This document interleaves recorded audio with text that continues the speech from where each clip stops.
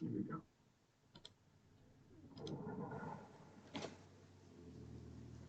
I'm waiting for others to join the chat. I'm going to get this show started. As you can see, I'm wearing my mask in honor of Cobra. They were a ruthless terrorist organization that were determined to rule the world. But apparently never worked out because they couldn't shoot anybody. So I want to get started by talking about the Patreon, our executive producers, those that pledged, starting off with Curtis Turner, Philip Morn, Alexandria, Alexandria P. Murphy, I'm so sorry. It's hard to see this. Matthew Durgo, Chris Smith, and Ralph IU. I hope I said that right, Ralph, and I'm sorry if I didn't. Your last name is A-I-U. But I appreciate you guys sending that to us and pledging your support through the Patreon. Everyone, welcome to the Tuesday Q&A. I'm preparing for the New World Order by wearing this mask because we're supposed to be wearing two now and wearing one on the interstate. That's okay. I'm going to go ahead and take it off. If you guys report me, well, you're not really my friends, are you?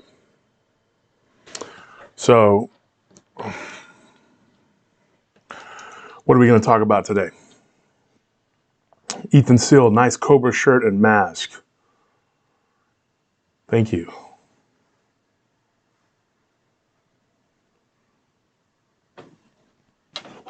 Greg Ellison, hello Fang, hello gang. Was that a play on words? Still, nice Cobra shirt and mask. Like on Cobra Kai, Eagle Fang Karate.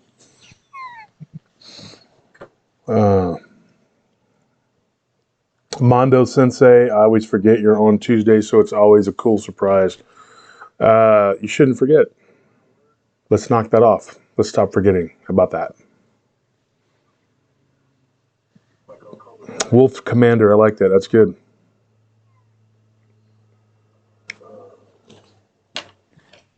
Just waiting for a few people to get into the chat room, start hitting me with some questions here.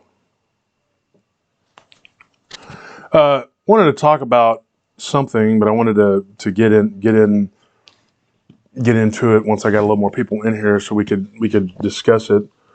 I've been getting a lot of messages about the lack of the episode 2.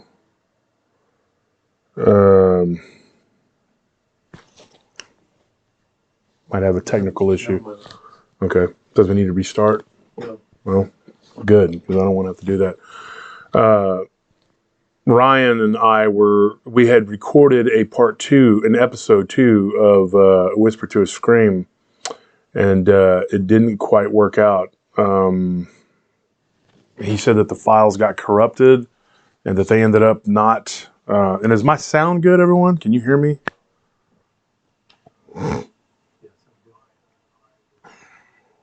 Okay, because it says getting a late echo in the background. Oh. Okay, then shut it up. So,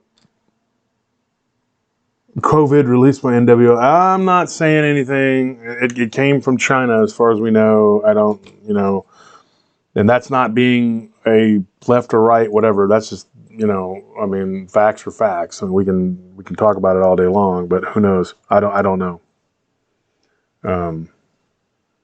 Just gotta be careful about what we say.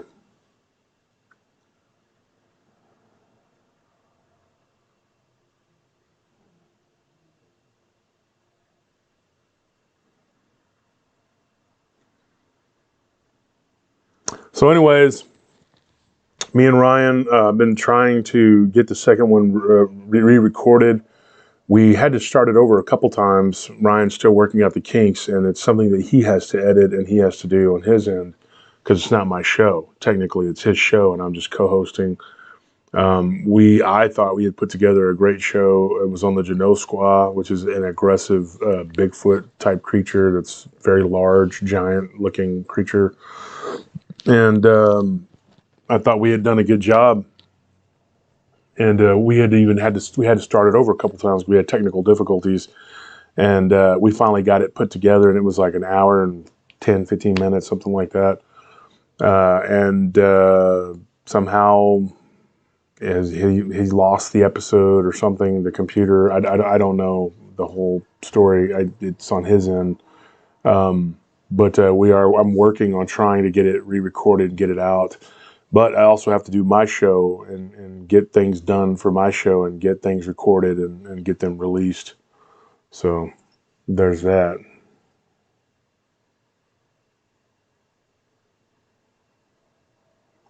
Dogman being breeded for the Vietnam War. I got a problem here. I can't scroll.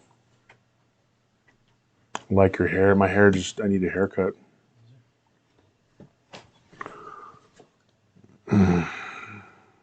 Yeah, there we go. I have to just minimize. Yeah, I just got to minimize it. Wolf, I read there's a portal in the Cali Desert and that the military did in fact breed Dogman for the Vietnam War, also an extraction mission. I don't know how much validity or truth there would be to something like that, because trying to control these creatures seems like it'd be a daunting task. I don't know.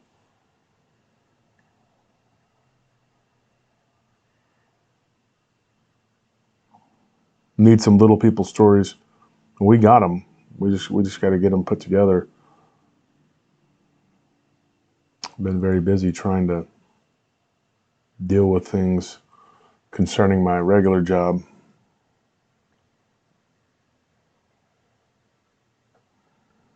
And anybody who pledged your $10 a month or whatever, and you're getting credited for being a producer of the show, and I appreciate everybody, even those that gave $5, whatever. It's all appreciated. You're doing something to help promote the show, push the show that we can do these episodes, and I can take more time out of my schedule. It's not just me spending money and spending time to try to do these things. I'm actually we're able to help support the show, because that's what we're really trying to do, is just keep the show going. Christina, hey Wolf, I have a predator-like experience to share one day. That's what the next show is going to be about on Friday. We're going to drop a show. Me and my nephew Zane and Anthony, we all did a show together. Like I said, Mushu's just is going to be in and out and kind of on a hiatus because he's working a lot. He's trying to get some things taken care of, so financially. So we have to work all the time, and he's no exception. So it's a shame we can't do more, you know. But and like I said, for those of you who've been messaging me about the lack of an episode 2 of A Whisper to a Scream, I do apologize for that. I know that the fans want continuity, and you guys want consistency, and we're going to try. I'm working with Ryan to try to get that done, because I don't want to be like some other podcasts, like that drop shows at random, and you never know when they're going to drop a show or if they're going to drop a show, and they're just dropping a show for a couple days in a row, then they don't do it for 2 weeks. That's ridiculous. We try to have consistency and continuity here at PRT, and that's what I want to establish with Ryan. And unfortunately, his computer just is a little dated, and Ryan does live on a fixed income, and so he's doing the best he can. So and he's a good guy, and so some people have complained to me and to our team about why there was not a. He hasn't heard some of the complaints. Thank you for that donation, Christina, by the way. Much love to Wolf and his pack. Much love to you too. Thank you.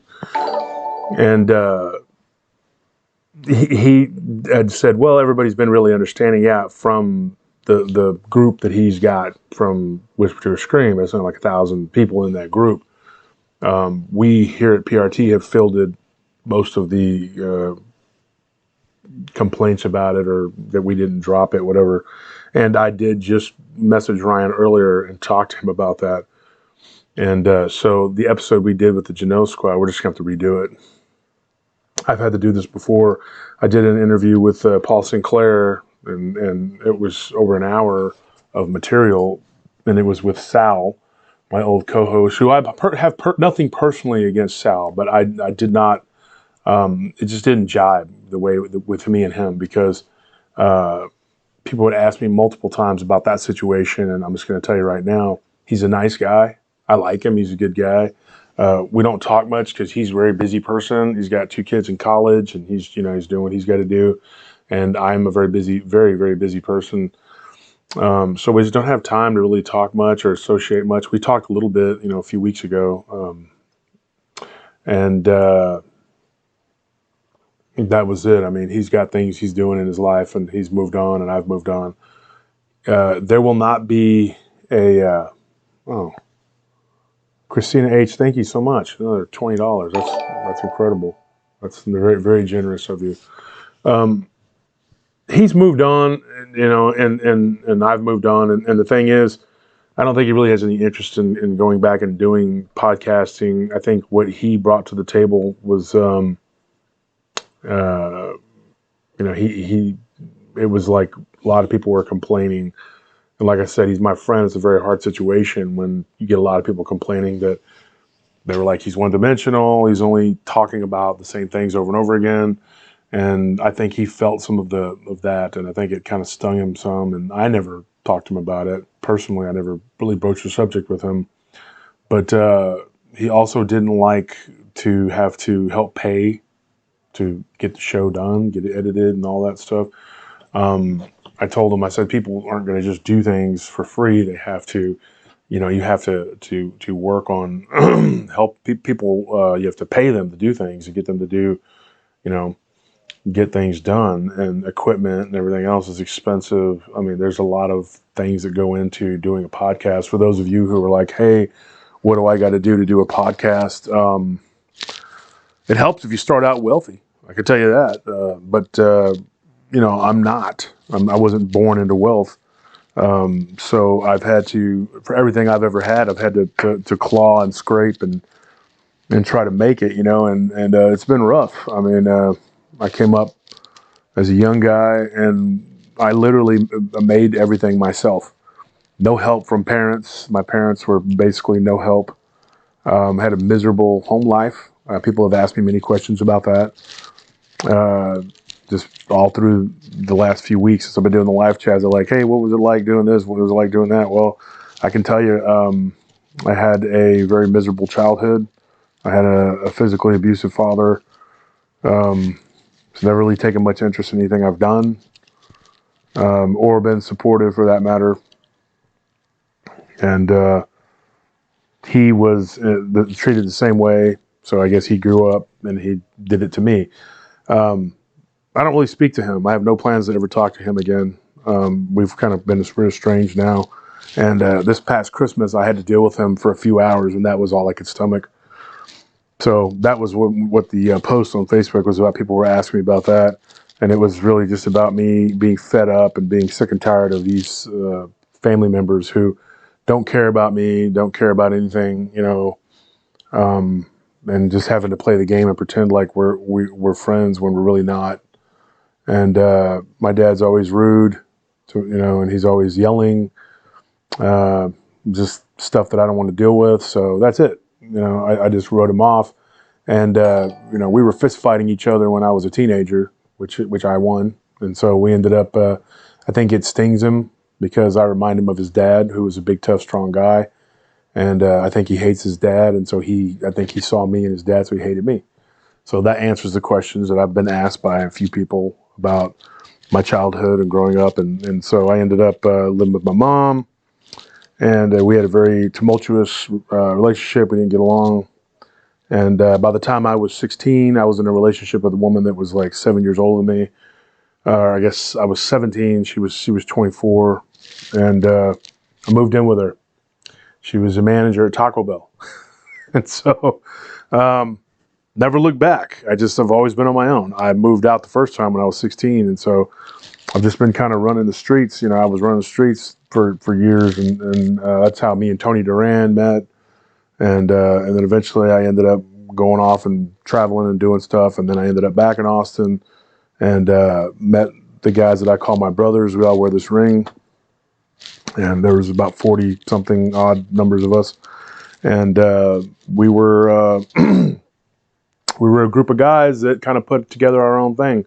Do the math. I mean, we weren't the get along gang. We weren't like, hey guys, let's all get together and eat a pizza and watch the game. We weren't those kind of friends. We were associates that did stuff. And I have been an upstanding and law-abiding citizen since around 05, 06, where I just recommitted myself to Christ and changed my life and got back into doing what is right instead of doing what what I wanted to do with my life, which was just be a thug. But when you come up from an abusive childhood and you don't have any kind of stability and no one to ever give you anything to back you up, I see like my cousins and on both sides of the family with wonderful, beautiful parents. I have aunts and uncles that are awesome, great people, and they give their children every advantage. And I'm not even jealous of that. I'm just like, hey, that's awesome. That's good that they did that. But my parents did not. And so I had to build everything myself. So the other night, Nellie, my sweet Nellie, my wife, is always very supportive. She told me, honey, I'm proud of you. You built everything yourself. You did it all. You built your company. You did everything. I used to run a nightclub. And when I started working at that nightclub, before I ended up, managing and running and helping run it, it was, I was working for $6 an hour as a flyer guy. And the other bouncers, there were a few of them there that were real jerks, didn't like me, and I wasn't part of their clique. So they kept me outside passing out flyers all night, and then about 1:30, I'd get to come into the bar for about 30 minutes. And then eventually I ended up becoming the head of security, then the floor manager, and then the assistant manager, and then, just ultimately I took over. This thing's frozen.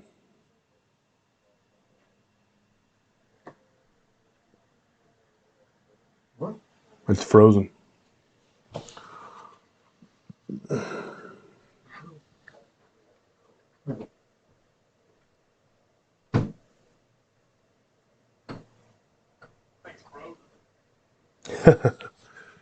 You can hear me talking. Can you see me moving?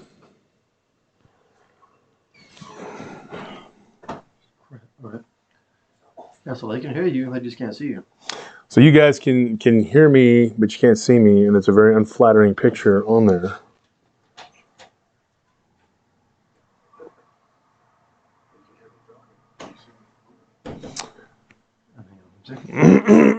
We're going to get Anthony, the tech guru, up here to see if he can figure it out.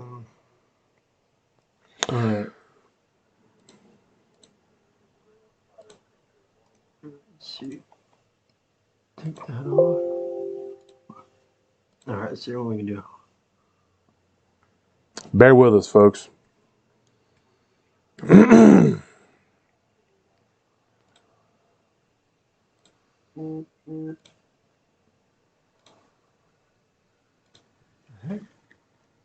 not webcam turned off.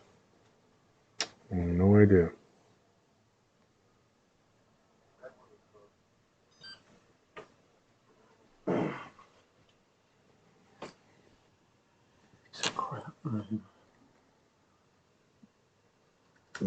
Even when something's expensive, it doesn't work right.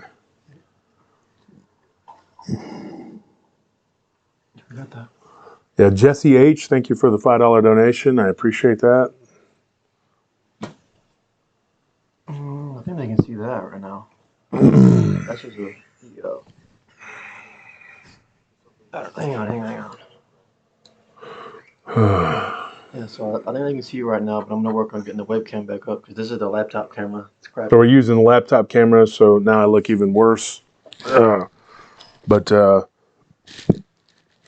anyways, folks, I just wanted to answer some of the questions that I've been asked throughout the last few weeks and started doing this. People have asked me a lot about my past, about my childhood, things like that. I don't really delve into that too much. I don't go into my past professions too much. Y'all can kind of piece it together for yourself. I mean, you can kind of figure out, like, people are like, oh, this guy thinks he's a tough guy, this and that. Dude, you have no idea. It's not, there's nothing to do with me thinking one way or the other. There's hundreds of people who can attest to my past, my life, and what I've done, and, who I am. People have asked me about doing MMA, things like that. I trained for a long time. I could never stand at 300 pounds. That was the problem. I've always been too big, too heavy. And there's weight classes. I did a lot of the amateur stuff when I was younger. There was no money in it back then.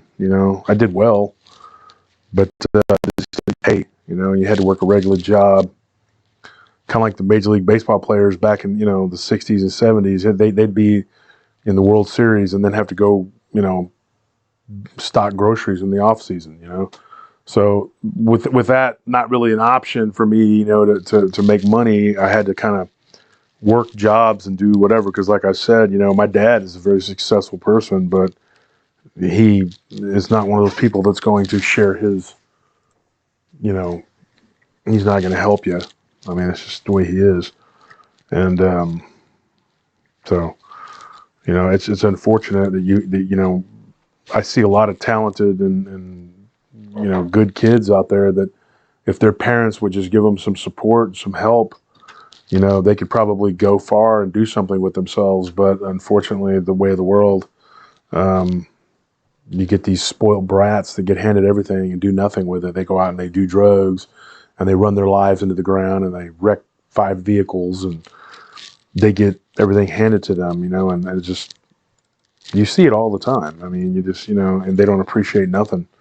They never had to work for what they got. They never had to fight for their food. When I first started working at the club, like I said, downtown, making $6 an hour, working like 5 days a week for like 6 hours a day. It was the only job I could get at that time. And I had a buddy who worked at 7-Eleven.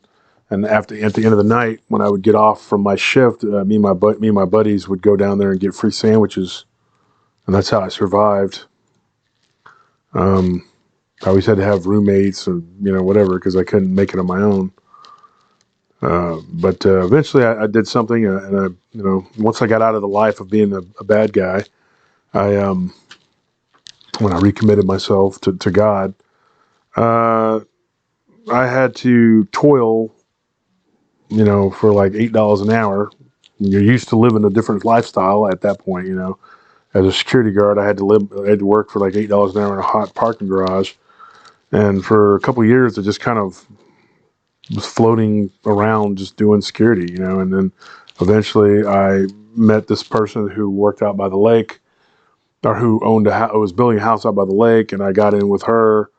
My old boss at the security company I was working for went into retirement and told me, you can have that account, just take it, just work for her on your own, which I did. And I cut her a deal, and from there I built my company, and that's that. Been a very upstanding and legitimate person ever since, and I'm not kidding. I don't circumvent laws. I go out of my way to not do anything that's illegal or anything that's not legit, because I don't want to live on that side of things. It's not my deal. It's not me. And so I'm making an honest living, and I've made more money as a legitimate person than I ever did as an illegitimate person. A lot of people can't understand that. They keep trying to take shortcuts, and they keep trying to take the easy road, take the easy way out. When I made a post on Facebook recently about that, about a particular podcaster who's always whining and crying about how people are bullying him or mistreating him, whatever, when him and his people are the biggest bullies around. And when someone gives him a taste of his own medicine, then he's crying. And, nobody likes him, whatever. Well, he created that situation himself. Nobody likes him because of the way that he has screwed people over, or screwed people around. And he tries to take shortcuts and do things the easy way. And he doesn't have a passion, and he doesn't have humility. And that's the thing. In this and whatever you do, you have to have a passion for it, and people can sense when you really care, or if you're just doing it for the money, or if you really are interested in the subject matter that you're, and it takes a certain amount of talent too. I mean, you have to have some mental fortitude, and a couple of these guys out there that are doing these shows, they don't, and they're unscrupulous, and they take people's stories and mix and match, and I get people telling me, hey, I gave my story to this guy, and he changed it all around, and it turned into something that was completely unrecognizable. And I've heard that a lot from about, I'd say 1, 2, 3, 4 different podcasters.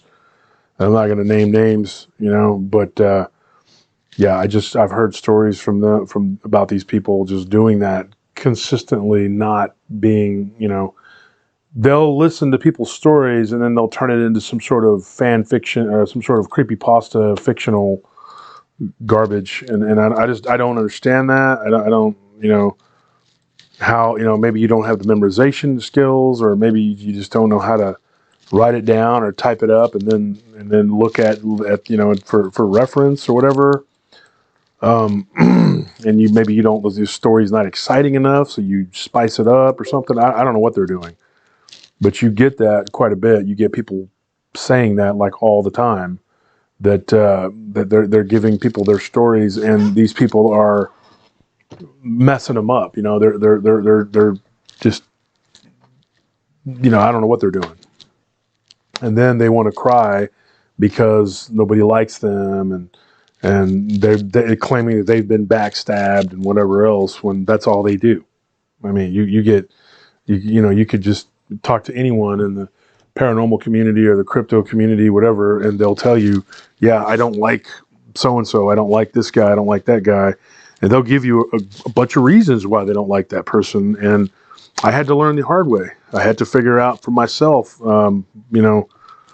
who I could do business with and who I couldn't. And obviously I was burned by a couple people, that I tried to help and tried to be friends with and was nice, and I went out of my way to help them.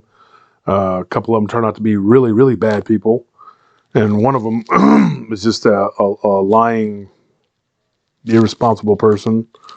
And so you just, you just know, you eventually figure it out, and Vic, he had told me when I first started doing this, he told me point blank, he's like, you're going to run into these people and you'll figure it out for yourself. And I did. And I was a little naive and thinking maybe I could just be nice and be honest with these people and they would do the same, and they didn't, and they weren't, as far as I know, I've only had 2 people ever complain that I didn't tell their story correctly. One was in a group about a year and a half ago, and this girl who had given me her story, she says, well, he left out pertinent details of my story, blah, blah, blah. And I immediately called her out because somebody saw it, took a screenshot, showed it to me. And I was like, you know why? Because you didn't give me those details. That's why. I left out those pertinent details, which would have been nice to have, but you did not give me those details.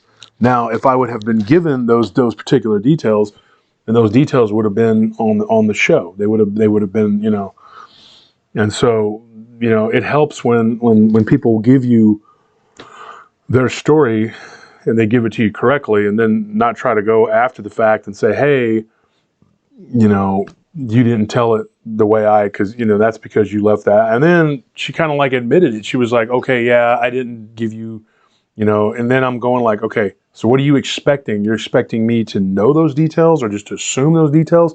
Because once you start assuming details and you start telling people stories based on what you think happened, then you're basically not telling the truth. And you can't do that, because then that is you're falsifying their story. And I'm not going to take someone's story and falsify it. And I had another guy that said that he said that he had given me a story and I butchered it. And I was going like, what are you talking about? Well, it turns out, I don't know if this guy didn't know what time of day it was or what, but he didn't give me his story. I never met this guy before. And I was like, sir, you've never given me your story. And he said, well, I would give you another one, but I don't want you to mess it up again. And I'm going like, I never told your story to begin with. So I think you got the wrong guy. I never did figure what was up with that. But as far as I know, that is the only two incidents where I've been accused of not telling the story correctly, or that anybody has complained that I haven't done it. So just wanted you guys to know that. I'm going to brush my hair, guys. My hair is just really aggravating me. Didn't have much time to get it fixed, and haven't even had time to get a haircut. So.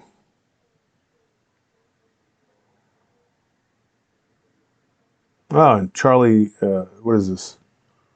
Make sure I'm saying your name right, because I can barely read this. Chill Street? What is that?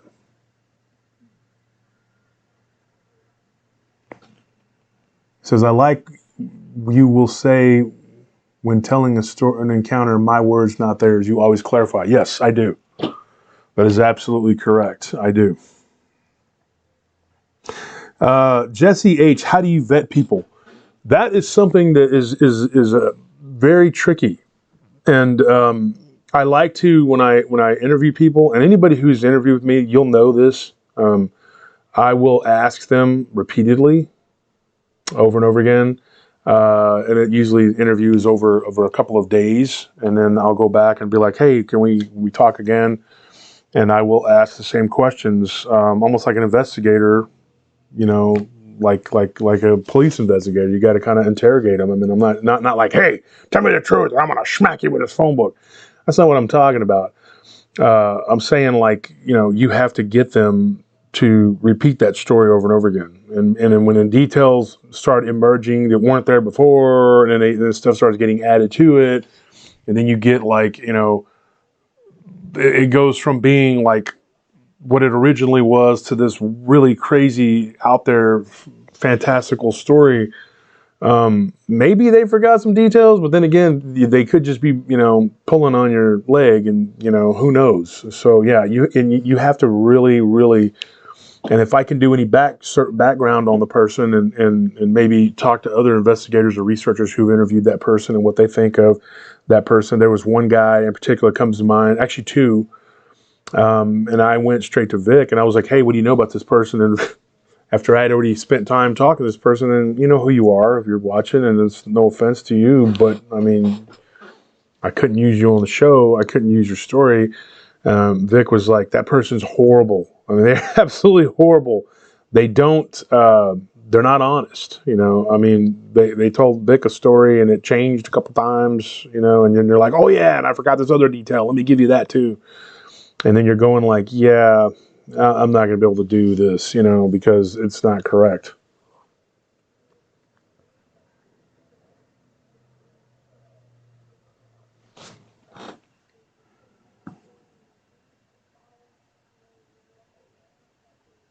Ryan in the house. Hey, Ryan, what's going on?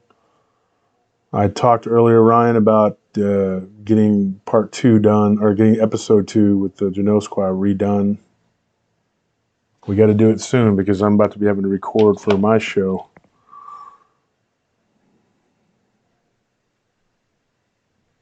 Robert LaFleur, I'm with you. Lisa Smith, the cloak things people always see getting compared with the Predator.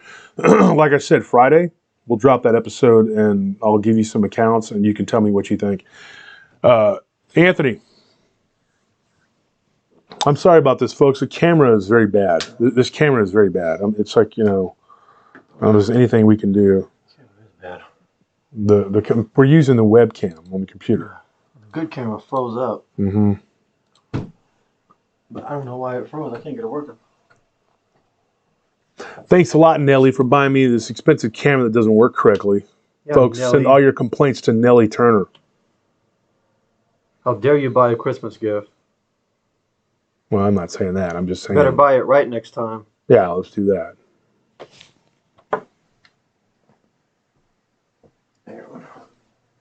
Plug it into a different USB port.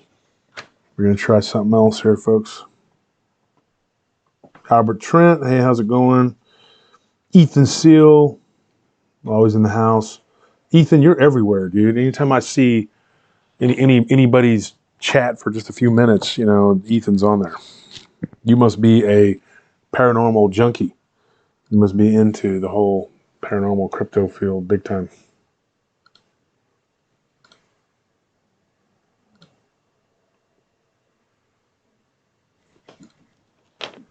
And we're going to pick a winner.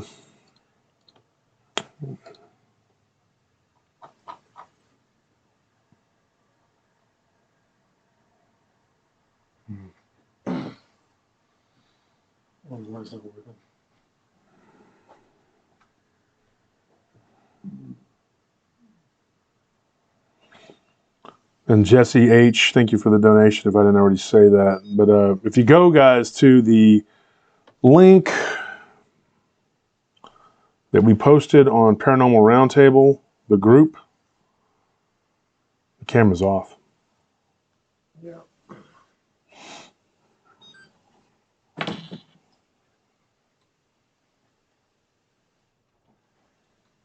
And we're going to pick a winner. I'm going to announce it every Tuesday. This is for the last show we did. It was part 2 of the Indian reservation that we did with my cousin Trey.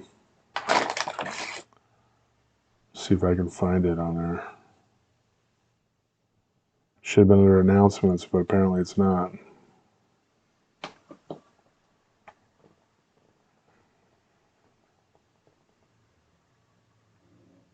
What's under announcements? You just have to expand announcements. Yeah, it's just not, yeah, I wasn't coming up.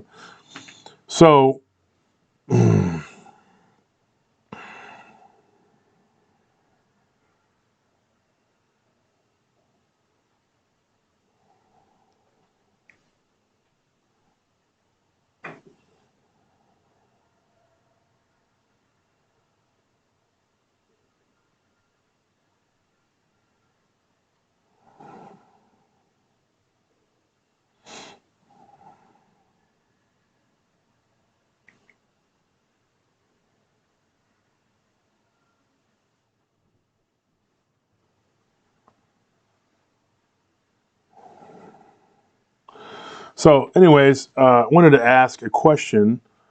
If Ramey Ziegler, if you're listening, we had chosen you, but I'm trying to message you.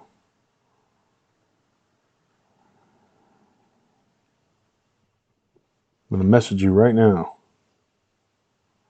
And you were chosen as the winner.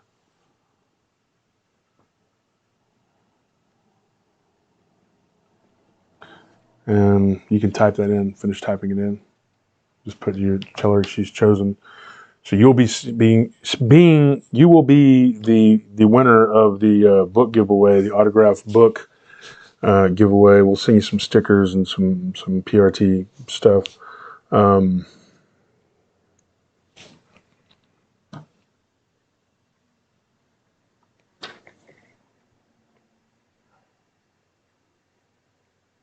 Beekeeper Bear Sablon. I just like yelling. Who doesn't? I like yelling. Hayden Santos. Thank you. $20 donation. Why do you think cryptid encounter sightings have gone up in the past few years? I will answer that question. Okay. One of the things I talked about when I was on Dogman Encounters in one of the episodes, Vic asked me that question and during an interview, and I told him, and I stand by this, that we are building further and further out. This is one explanation, okay? We are building further and further out into the woods, what used to be the bush, which is where people would go hunting and all that, fishing. We're starting to build out there. And what was once the frontier is now where people are living. And people are going further and further out. And so I think that what is happening is we're encroaching on territory where things dwell. And, you know, I think that we're getting into some territory where things used to be left alone, and now they're being unsettled and messed with, and stuff is becoming more prevalent. People are running into these things and seeing these things, and so I think that's one explanation. I think one of the other explanations is that, you know, and if you look at it from a spiritual standpoint, the veil. People in the paranormal community talk a lot about the veil and how the veil is thinning, and I believe that's very possible. Things are starting to show themselves. We're starting to be more aware of them. If you look at things in terms of like I talked about before about the yugas, the ages, the time ages, we're living in a time where spirituality is slowly dying. But we're experiencing a sort of renaissance right now. Before that happens, there will be like an uptick or increase, and then it will slowly start to fade away. I think that it's no coincidence with the way the world is looking right now. You look at some ideologies, political ideologies, in particular communism, and how it's starting to become like appealing to some people. It is a systemic. It is anti-spiritual, and it's systemic within the regimes of communism. They are against spirituality. Like they ban, like China banning the Tibetans from reincarnating. Okay, like how do you enforce that, right? Basically, you just, if anybody talks about it or says anything, then they get punished. And a lot of people have very strong opinions on reincarnation one way or the other, but the point is that it's spirituality, and it's being like kind of pushed, crushed, so to speak. But we're starting to see an uptick in things happening spiritual wise. You're starting to see more manifestations, demonic manifestations, more angelic more encounters with spiritual beings. Somebody was talking about the Hat Man the other day in our group. You hear more stories about shadow people and the Hat Man. You get like you could just talk to anybody and they're like, yeah, I saw a shadow person. You're starting to see more cryptids, more spiritual things, and I think it's all part of the same pie, just different slices of it. And so I think that that's what it is. I mean, I think that you're starting to see a lot more, and it's gonna become more prevalent too. And I know that people have talked about CERN. My wife was talking about that with her friend today. CERN is starting, the things that they're doing, it could be opening up portals, things could be happening, our worlds could be colliding, who knows? I mean, but those are different explanations. I hope that answers the question. Somebody sent me a message today, and he's a guy that started a new group, if you guys are interested. And I was going to read this to you guys. And this kid's got a lot of good insight. And I don't know if you guys believe this or not, but you can take it for what it is. His name is Stefan or Steven, I can't, Widlatke. And he started a group. And I wanted to read something to you guys.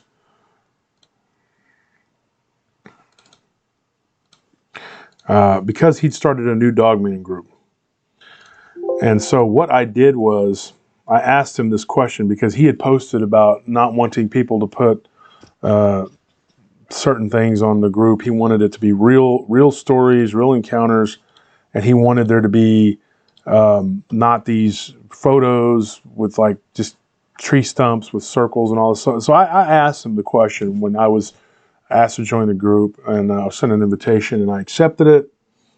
And they made a little announcement, even because me and Jody Cook had accepted the invitation at, I guess, close to the same time. And they were like, oh, we have Jody Cook and Josh Turner have accepted the invitation to be a part of the group. And they were very gracious, and they posted that. So I was like, oh, that's cool, So I asked him, I said, I just want to be clear, what is allowed and what is not allowed in your group. And so one of the things I said was, I was like, just so I know, what is a dogman to you? Is it flesh and blood or ethereal or both? So this is a question I asked this young man. You can see it. That's Stefan Widlatke. It looks like a young guy. And him and Caleb Sullivan are the ones that run the group, and I can't believe this. I can't remember the name of the group right now off the top of my head, but I will get to that in a minute. He says, I'll take a bit of an explanation. I've been exploring the dogman topic for about 4 years now, and I guess I've probably heard around 900 encounters at this point. That's a lot.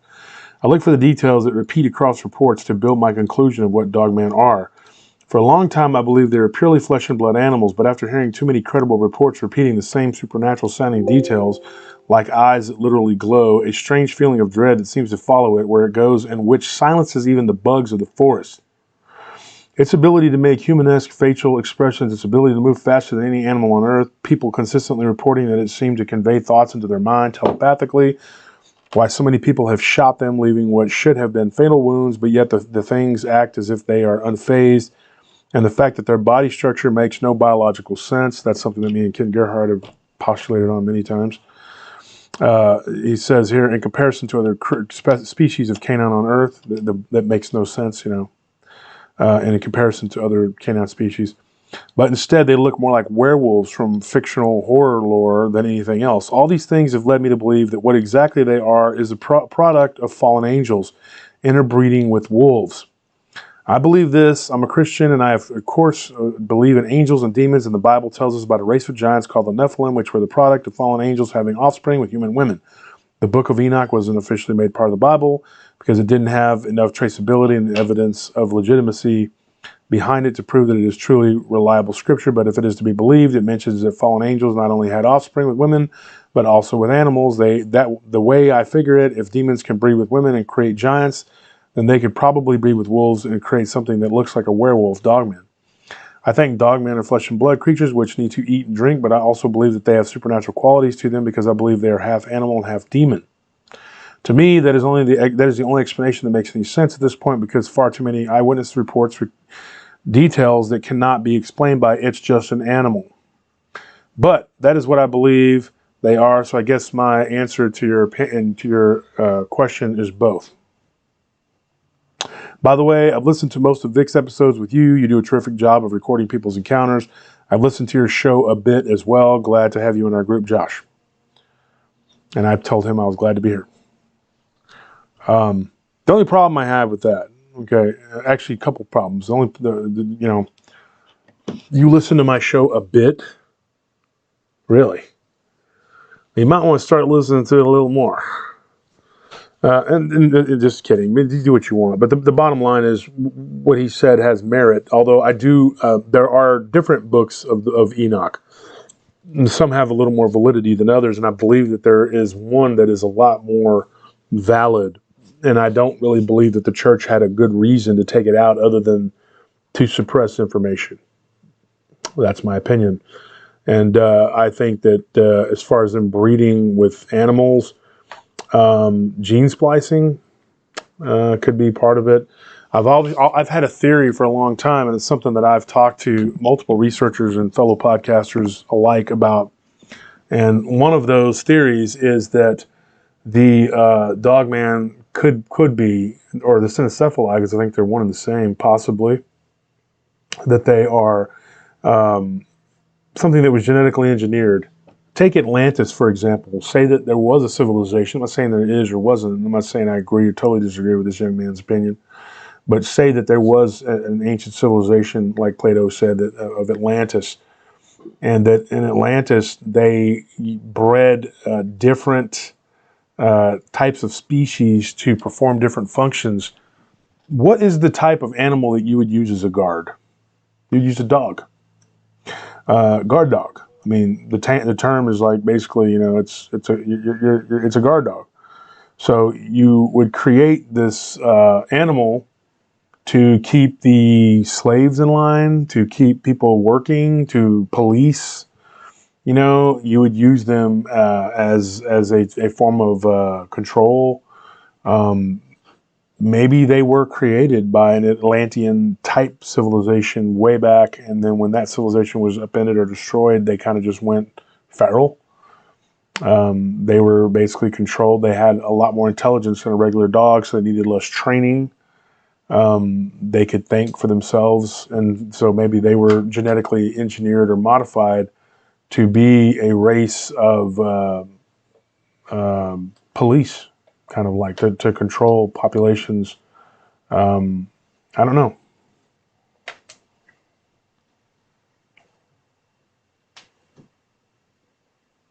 Armando Trujillo, it says Atlantis is in Africa. That's the hardest evidence. It's amazing. Well, I mean, I don't know. Look at the Bimini Road. I mean, it's hard to say where it could be. I don't disagree or agree with that one, Armando.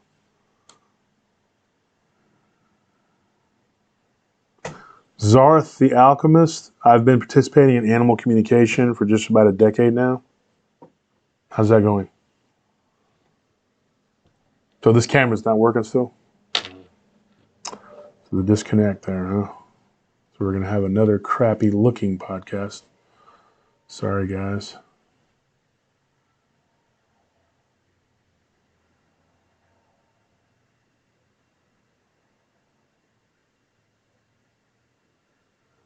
And another thing I wanted to say about the Whisper to a Scream, people were asking about it, and like I said earlier, we do plan to get on a consistent schedule and drop episodes every Sunday. I know that it was only the second episode, and some people were complaining, "Oh, that's it was only the second episode. You've already messed up, whatever."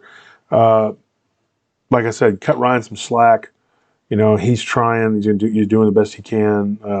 He's not rich, and he doesn't have the greatest computer. He's trying, so what I would like to do, and I'm not jingling my hat here, but if I'm going to try to help Ryan, if you're out there listening too, we're going to have to get you a better computer.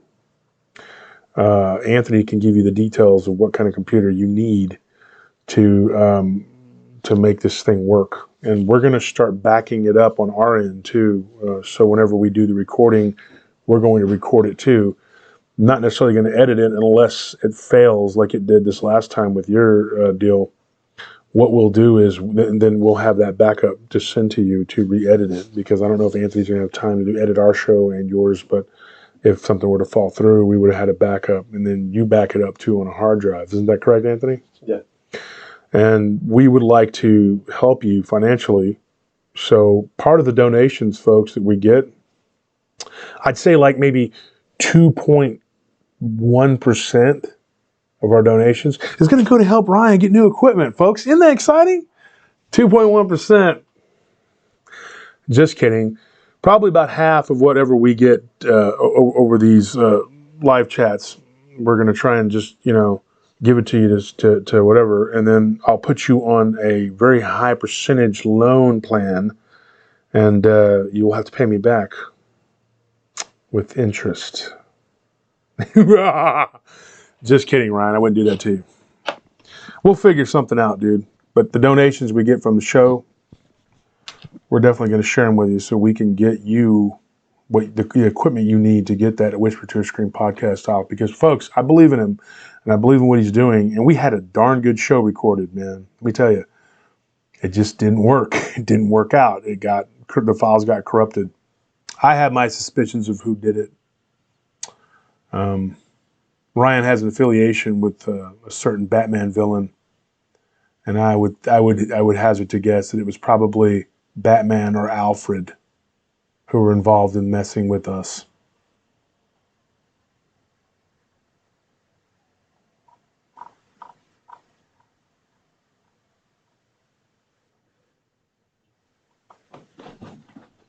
If Batman's cave is hidden, then who were the people that built it? Okay, because they would know about it. They would know that it's there. What did he do to these people? Is Batman really like a psychopath, like a sociopath? Did he build this bat cave and then be like, "Hey, thanks guys, I appreciate you doing this, but now I got to kill you"? And then he just like buried them in the concrete after they built it. Is that what happened? Is that what's going on? Because that's why I don't like Batman. That always bothered me. It was like,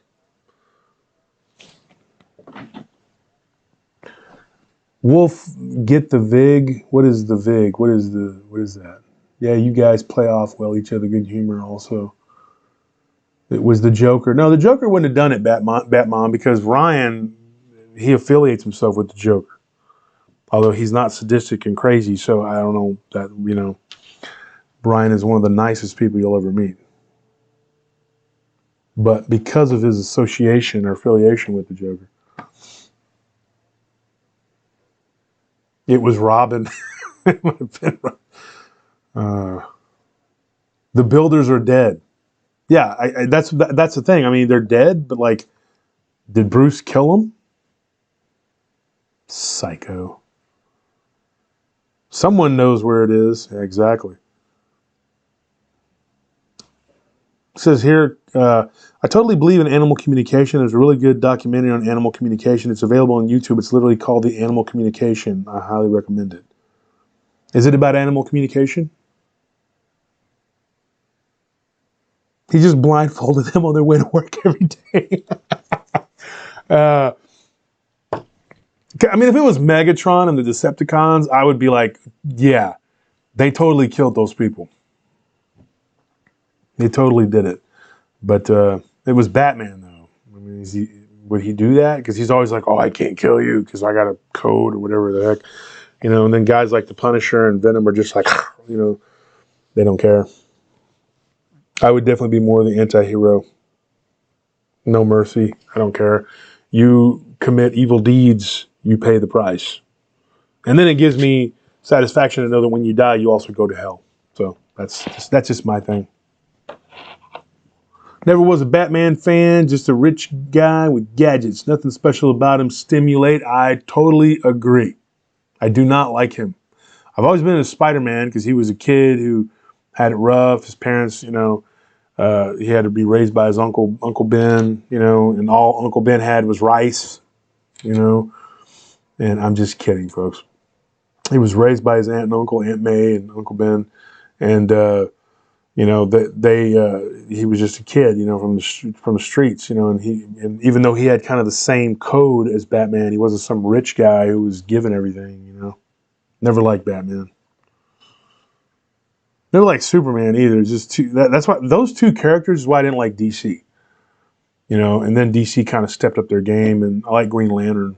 I think he's cool. I like that guy. But Superman, like, he's too powerful. I mean, it's just kind of boring when you're that powerful. Just got a $50 donation. Christina H. Keep up the great work, guys. God bless you all and your families, and God bless the USA. Thank you, Christina. Yes, God bless the USA. Thank you so much for that. That is so generous. But we definitely got to get Ryan a better equipment. And Ryan, I'm not trying to put you on the spot, and I definitely don't want to embarrass you or anything like that. But you know, Ryan is lives on disability. His mother has cancer, and you know, I want to help the kid out. And here's to Ryan's credit, I could say this about him. We've offered to help him multiple times, and he, up to this point, has not, you know, he's not pulled the trigger on it. He has not said, yeah, go ahead and help me. I offered to help him get his equipment and get him started, you know.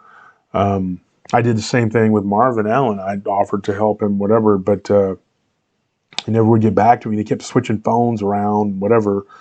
And I also, you know, he told Marvin basically told me that he would not know how to use the equipment. And I'm going like, okay, well, I can't teach you that too. You know what I mean? You have to do this. You have to do something, you know. Ryan got all of this stuff together and did the best he could. And you know, Anthony's helped him out a little bit, but Ryan's figured out a lot of the technical stuff on his own. And I just wish that we hadn't lost that episode because I thought it was a really good one. But we're going to re-record, folks, and we're going to get it back out there. Because I had some good stories on there, and Ryan did too. Doc Snake, thanks for the live chats. Yes, Doc, thank you for your donation. Doc Snake, that's a good one. And Christina H., thank you for your generosity.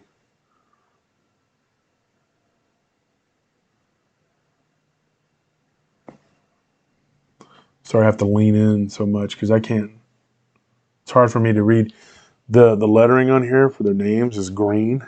It's kind of hard to see. It's kind of clashing with the background, so I have to read the live chat right here, which forces me to push my ugly mug right in your faces like, ah. See if it'll work if I change it.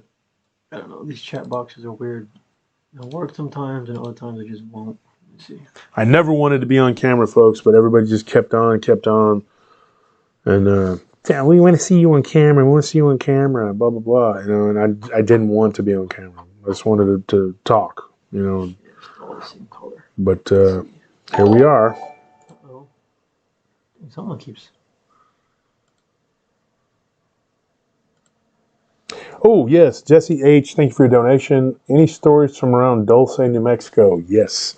Actually, when Lance Strickler was on our show, we talked about Dulce. We touched on it a little bit. I don't think I've actually talked about it other than that. But, yeah, I could get into Dulce. I have a person who... I've been reluctant to pull the trigger on talking about this because going back to vetting people, I don't want to put somebody on that's all like, yeah, I was in Dulce, I was abducted, and blah blah blah. And the person, when I talked to them, they were very squeamish when we would talk, and then they would talk in little, 10, 15 minutes, and hey, I gotta go, And they would call me from different phones, and a lot of times I didn't answer because I didn't know it was them.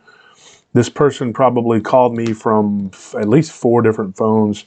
And then they would text me and say, hey, this is, the name they used was just very John Smith. I mean, that's not their real name, so I was an alias. But they would tell me, hey, I was once at Dulce, and they gave me a slew of fantastical stories. Now, here's the deal.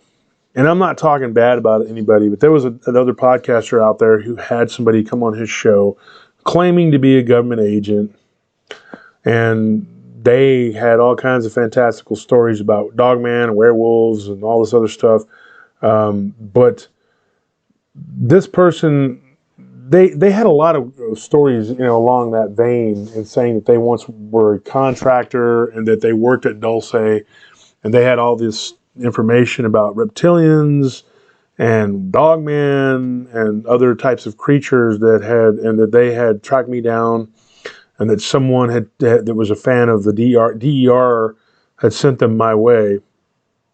And I need to reach out to a couple other guys that I'm friends with to see if they know anything about this guy, because this person claims to have tried to reach out to Dark Waters, and I don't know if he did or not. And he claims that he talked to Jody Cook, or he was trying to. I don't know.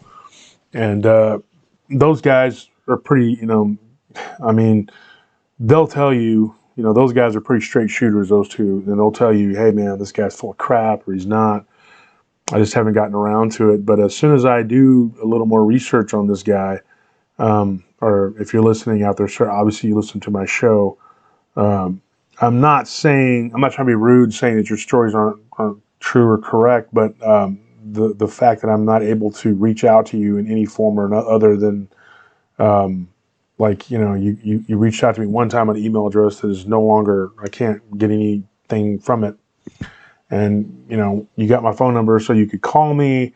We were supposed to talk, and then it was like talking to me in 10, 15-minute clips over the course of several months. And then I was not able to get back in touch with you. So if you're out there, give me a call.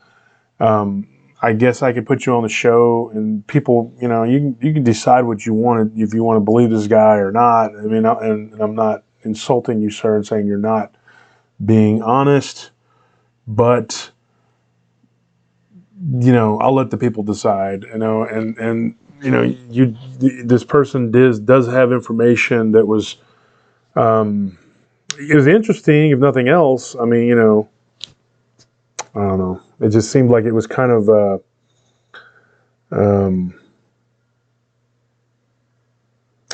I don't know. I mean, all we can do is put it on there, and you guys can decide for yourself. But I don't want to go down the whole, government agent comes on telling stories, and then it becomes that other podcaster's name,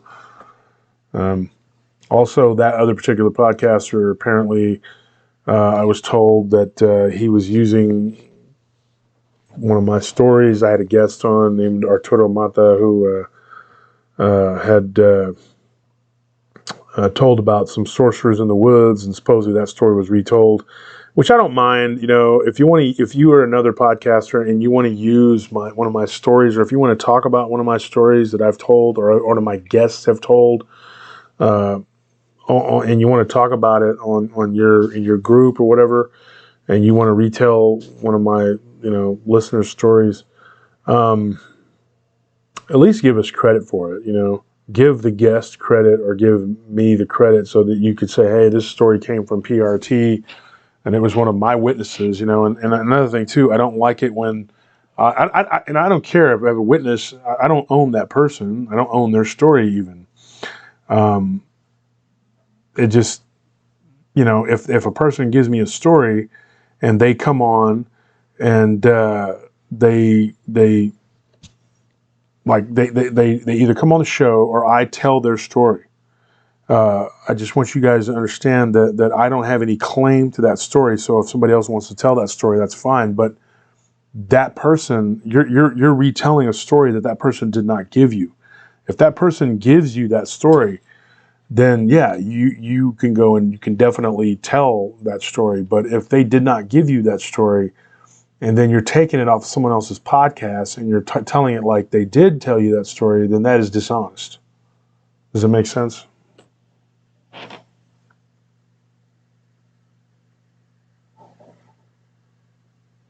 Yeah, stimulate. A lot of stories on many Dogman channels. Too much fake crap, agents floating around. Exactly. It's ridiculous.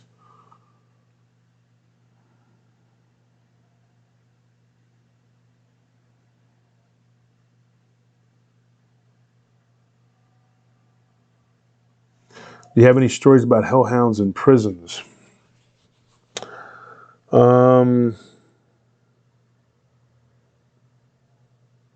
There is one story, and I remember. See, and that's the thing. Like, at the risk of doing it myself, like I'll tell a story. Well, I heard this story. Whatever. I try to, when someone gives me a story, to preface it with, okay, now I heard this story on some other channel. I can't remember whose it was, or I can say, hey, I read a story and it was in Fate magazine or some other publication. I used to read Fate magazine every now and then, but you know, not losing track of what the question was, but I try to say, hey, you know what, this isn't a story that was given to me by someone. I heard this or I read it somewhere, and it was on someone else's channel. I do remember a story about people seeing a black dog in the prison, but I can't tell you exactly where that comes from. It does ring a bell, though. And I'd have to go back and look and just see if maybe it was one of the stories that I breezed over in my email or in my messenger, because I get a ton of them.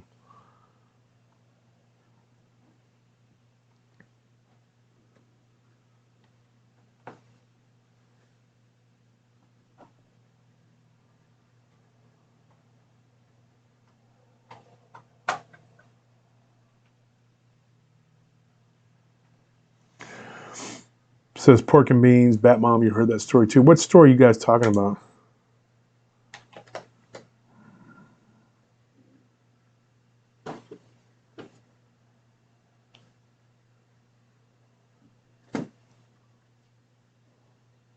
You got stories about sirens or mermaids? Okay, I'll say this. I got a couple weird stories about humanoid type creatures in the water.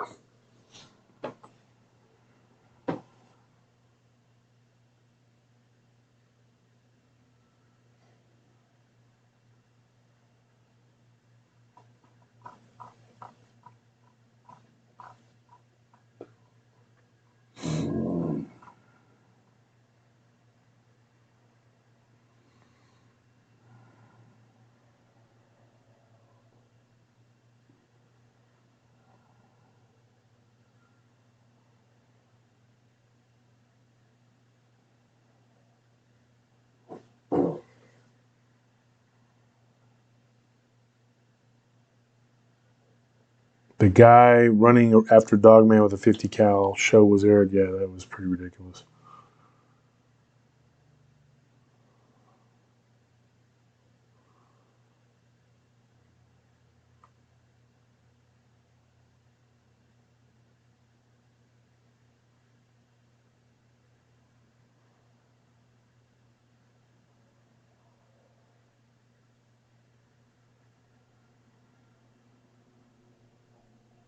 waiting for a new PRT episode. That will be out on Friday, like always. We always release on Friday, and we're doing it at 7 o'clock, so you know. And then it's Tuesdays here with the live chats. And then hopefully we can get things correct and get it going on Sundays with Ryan. Sorry that a lot of people were saying that what happened. I don't know. We'll get it done.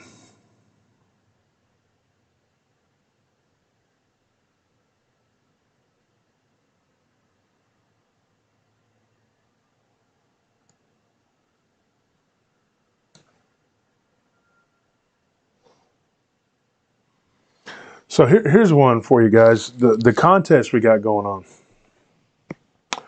on. We have the contest, the Willie Williams art contest. We're going to keep this going. We're probably going to do another one next month too. We're going to do a different creature. And I've gotten many submissions for the rake type creature, and it's pretty cool. We got a lot of cool ones. We got a lot of good stuff, and we're probably just going to post them all on the PRT Roundtable, Paranormal Roundtable group. If you're not in the group on Facebook, and even if you're not on Facebook, join Facebook just so you can do that, and get on there and get after it. Get on there. Mary it says here. I want to make sure I say your name right. Mary Plyler, $4.99. Thank you for your donation. Appreciate it. We're probably going to we're not going to put anybody's name on there. We're just going to post them all, and everybody can kind of decide. And we will just do one at a time, and we'll just put them on there as announcements, and you guys can go through, and we just hit the like, and the ones that get the most likes will be the winner. That's kind of how we're going to have to do it. And next month we're going to do another cryptid. We're going to do a different one, and we're going to see what you got. And we'll just do another one every month until we get it, whatever. And like I said, the first prize is $100 and some swag and an autographed book. So it's pretty cool. Second prize is $50 and some swag and an autographed book, and then the third prize is $25. So that's going to be.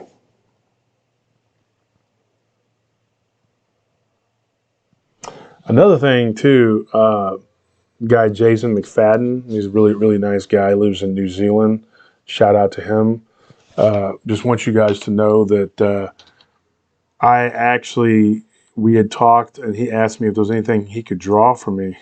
And I told him, yeah. I've always kind of wanted a picture of myself as a Sith Lord. Just to see, what people could come up with, and I've asked people over the years to draw, different things. Like they've said, I can draw, you want me to draw you, this and that. And I've said, yeah, draw me as a Sith Lord. And then as time went on, I kind of switched allegiances back to the good side. And I said, oh, well, now I need to have one as a regular Jedi, as a good guy, representing my transition from being the bad guy back to being good. Because I think I started out as a young kid. I was a good kid.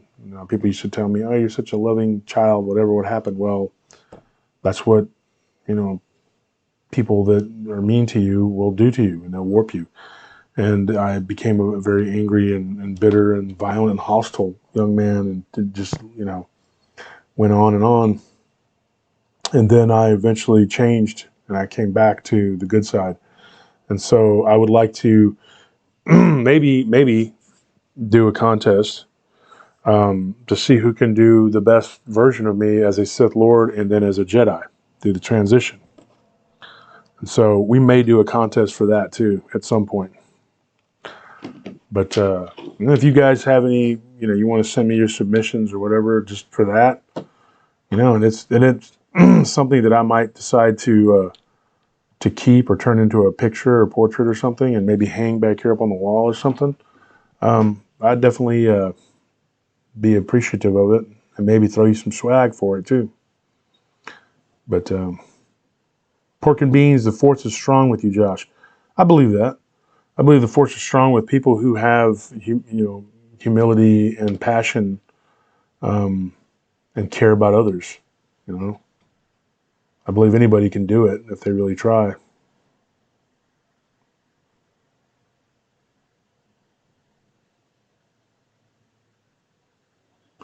Did you hear of the Aztec pyramid found in Cali? Just in case, no, I did not.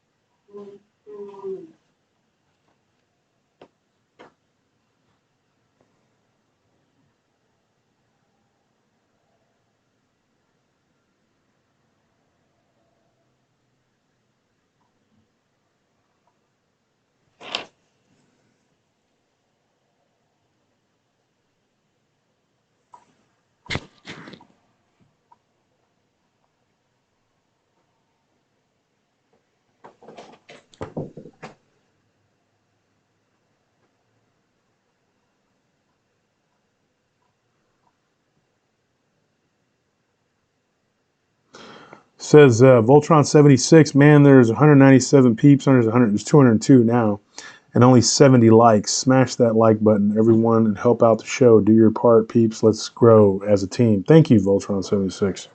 Way back there. That was like 15 minutes ago. I went back to look at comments. A bunch of stuff popping up. And I'm reading it right now.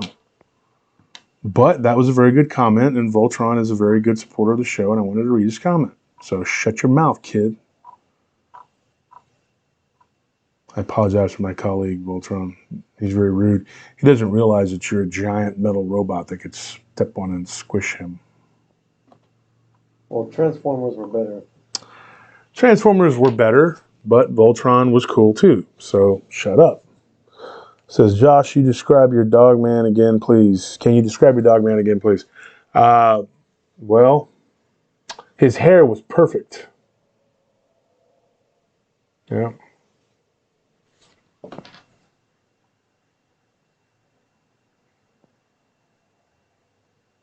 Hattiesburg, Mississippi, any sightings near the area? I can tell you this, Mississippi has a wealth of dogman sightings for whatever reason.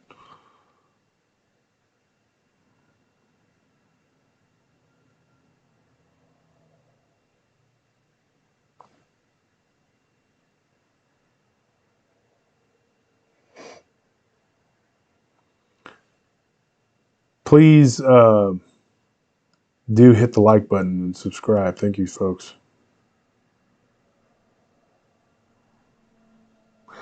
Beekeeper Bear Sablon, are you an actual beekeeper? I'm being serious.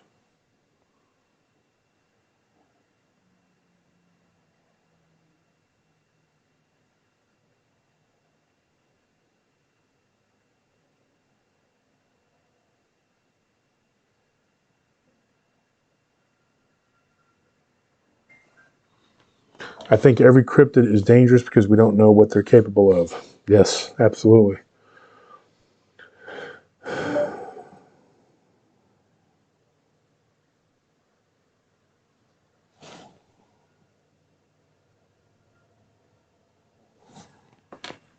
Was he sipping a pina colada? Sure.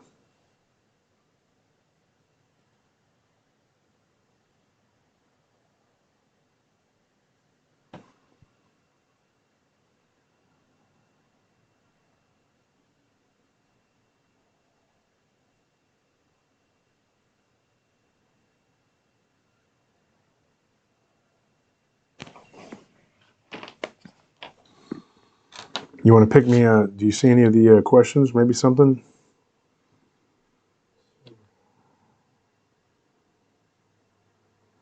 Yeah, look at the last one by Mike something. Yeah, something about bears being mauled in the Rocky Mountains by rangers. Do you know which episode you were talking about that was? Because I have heard stories of that.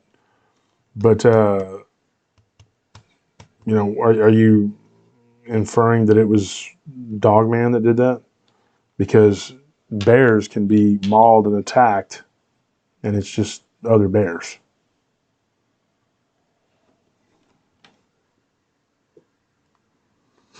How do you think the public would handle the news if dogmen were confirmed by scientists, the government? It won't happen.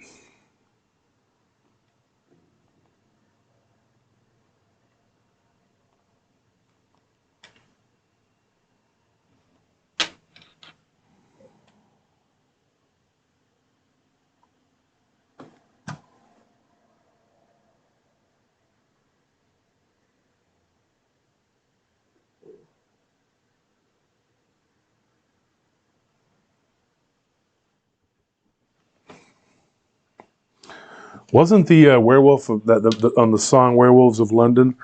Wasn't it called Trader Vic's? Wasn't it?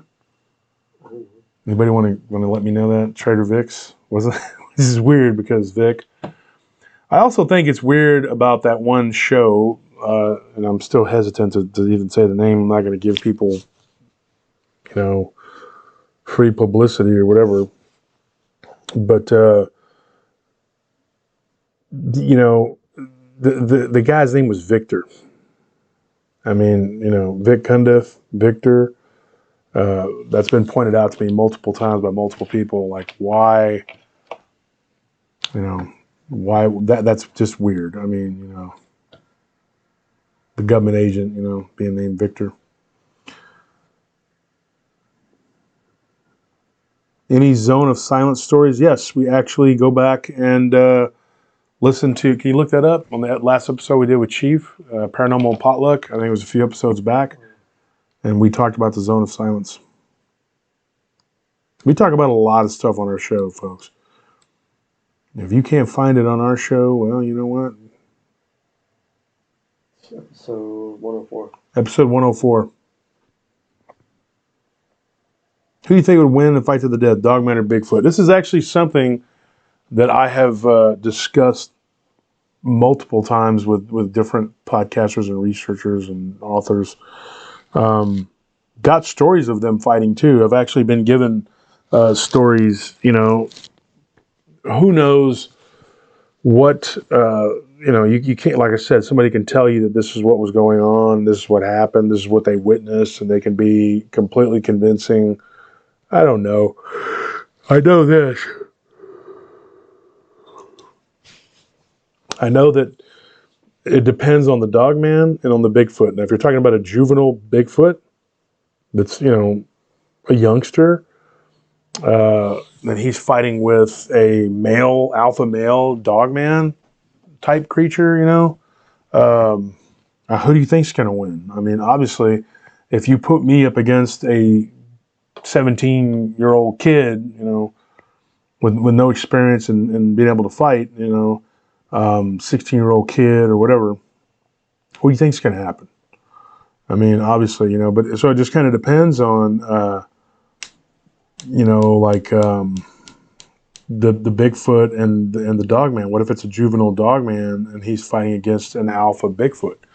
Now, what do you think is going to happen in that scenario? Obviously, at some point, youth will be served because they have the strength and the size and all that. Eventually, it'll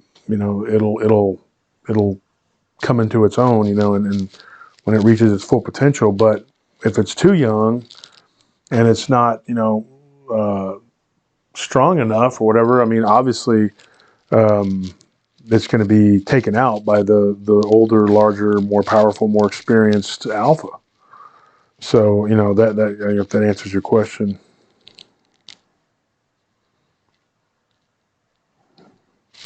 Says, just as you would think, the Bigfoot are larger, therefore stronger, so the Bigfoot have the advantage, but the Bigfoot do fear the Dogman. How do you know that? Is the rake the top dog? I have no idea. The rake being what? What is the rake? We don't even know what this is. Is it the Wendigo?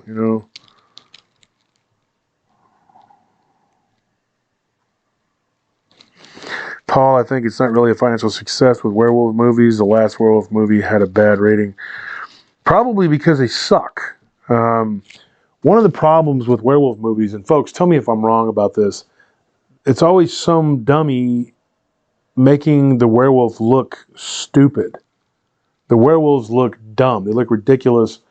And everybody wants to either CGI it or they pick some sort of like weird looking creature. If they made them look like the descriptions of the Dogman and made them look like an actual werewolf would look, like so many people have told me what they have seen these things look like, or look like the one that I saw.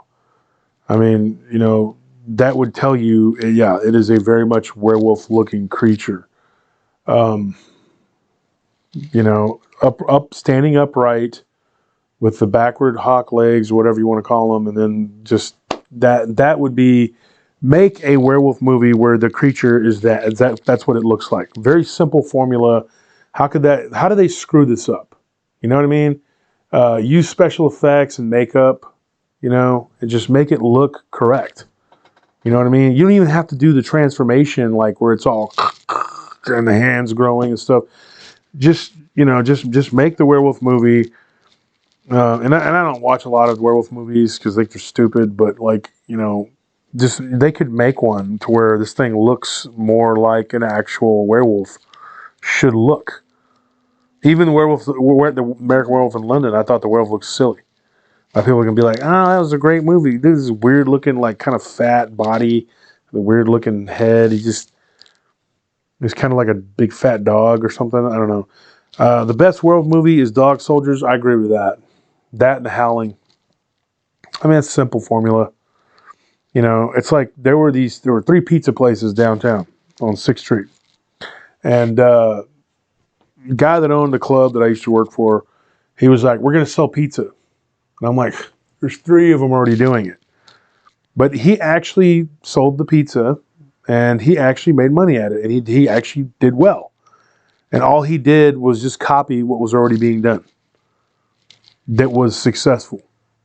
And then there were these other places that would come and go who tried to do some weird stuff and make their own whatever, and they wouldn't last.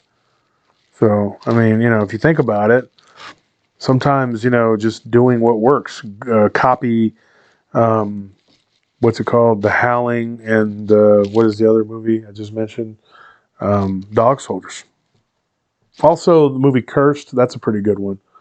Like I said, I don't watch a lot of vampire, werewolf movies or whatever, but there are a few good ones out there. It's kind of silly. Bad Moon was a pretty good one. There's a vampire movie I watched recently, The Shed, that was pretty good.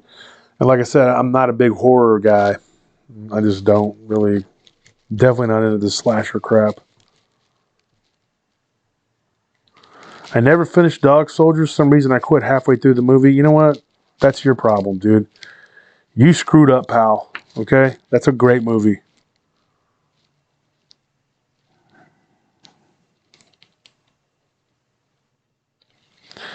The Kiss Method. Yeah.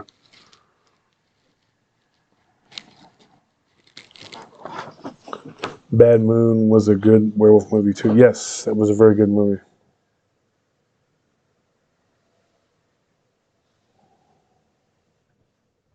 Cursed was funny because it was a Christina Ricci movie, and then the kid Jesse, what was his name? Jesse Goldberg? No, Jesse something.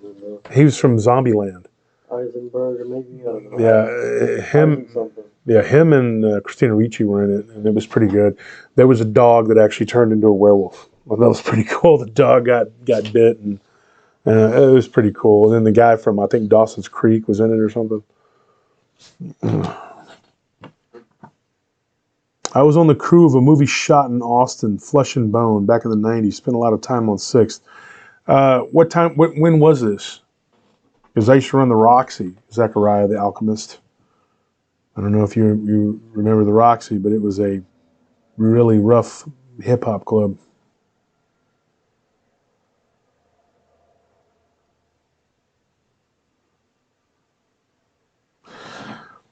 Why is it that the Dogman werewolf stories are 90% male creatures? I don't know why that is. I have no idea. Somebody just asked about Cartel. I got Cartel stories, but and they actually are a couple paranormal ones. So one that I'm going to be discussing soon about a dogman that was actually kept as a pet by Cartel, and it actually ended up killing its owner. And I've heard that story multiple times now. So I got a story for you folks. I had a friend back in the day when I was a gangster, when I was doing all the kind of bull crap that people do when you're a wayward youth and you're a thug and you think you're tough, whatever. And I had a buddy. who used to break into houses. I am not a thief. I've never been a thief, and it's never been my thing. But he was a cat burglar, and he had a partner, and they knew how to. These guys were good. They knew how to disable alarms and break into high dollar condos and high dollar houses out off of and the 360, 620, those areas in Austin. Those are nice areas. And back in those days in the 90s, they were a little more sparsely. There wasn't as many houses. So you could go onto somebody's property, get in, disable all the stuff, and these people were off at work doing their tech jobs or whatever. So this guy, he broke into a house, and he was going through the refrigerator. This is what he told us, and he found a jar with a human hand in it. That's what he told me. And the house that he broke into was a drug dealer's house who used to go to our club. And this guy was so shaken up, he came to the club and he told us about this. And I was like, I wish you wouldn't have told us this, because he told me and Diablo and Scorpion and Squid and all of us. And we were just like, okay, thanks for telling us this. Now when I see this person coming to the bar, I'm going to be like, hey, this guy, and then, so it was pretty weird, and I don't know.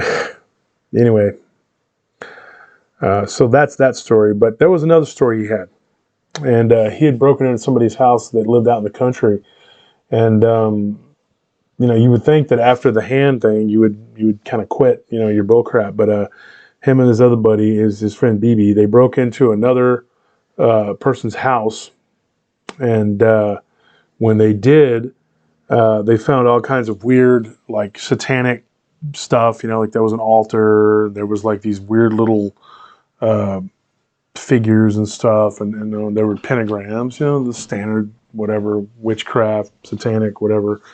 And he ended up getting accosted by what I would call a satanic sentinel, literally a shadow being that came up out of the bed.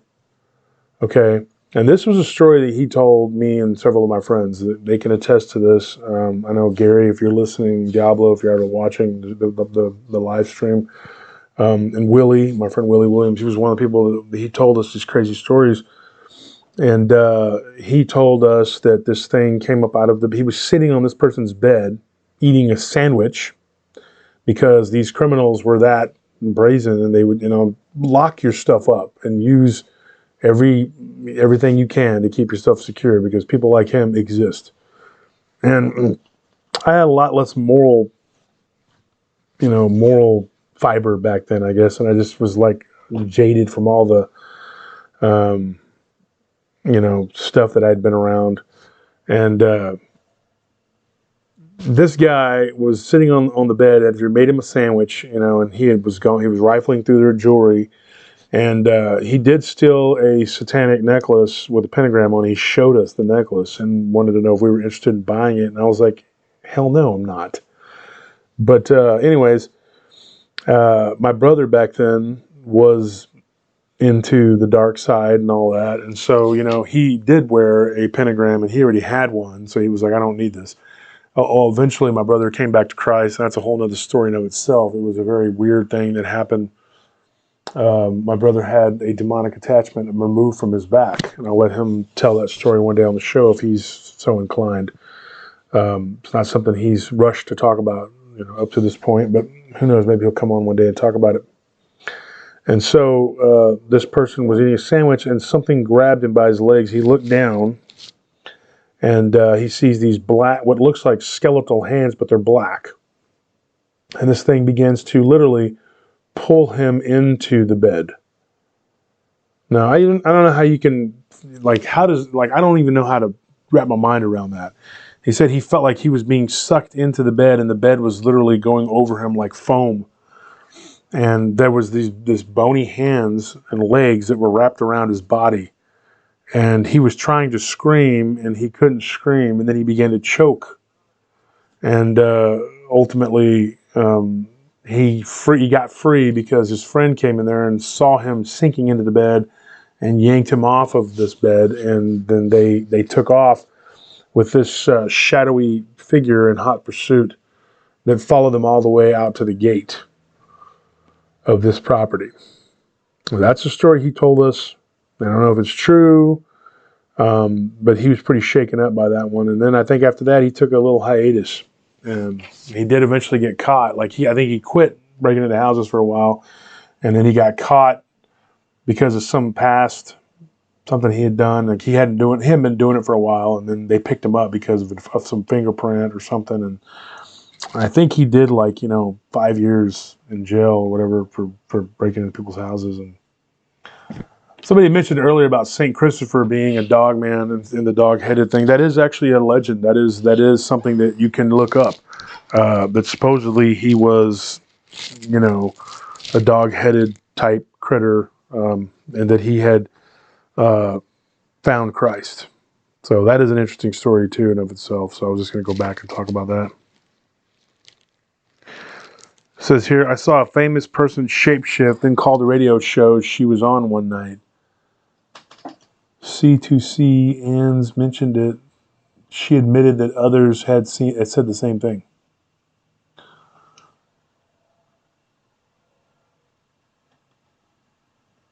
So the person that shapeshifted was famous, and I've met a lot of famous people in Austin, Zareth. So as you know, there have been lots and lots of people I've met. Forrest Whitaker, Sandra Bullock used to live here, Matthew McConaughey. There's a lot of people who've come and gone.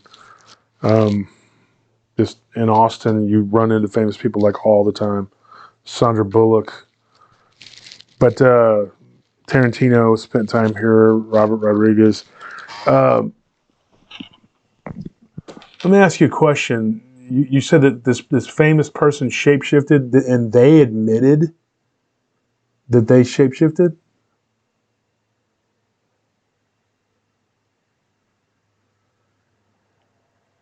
A monk wrote about whether the dog-headed people had souls. Of course they had souls. Anything that lives has a soul. Sea to sea, coast to coast. Yeah, coast to coast.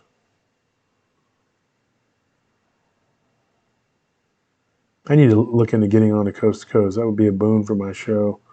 Get more listeners to listen to our podcast and listen to good stuff instead of all the regurgitated, lousy material out there. And people ask me, they're like, how do you get stories? Just hustle. I mean, just hustle. I spend most of my waking time trying to gather stories together because that's what you do. If you have a passion for something and you really want to do it, get after it. I mean, hustle. There's people out there with tons of stories. Dude, my phone is full of messages from messages, right, Anthony?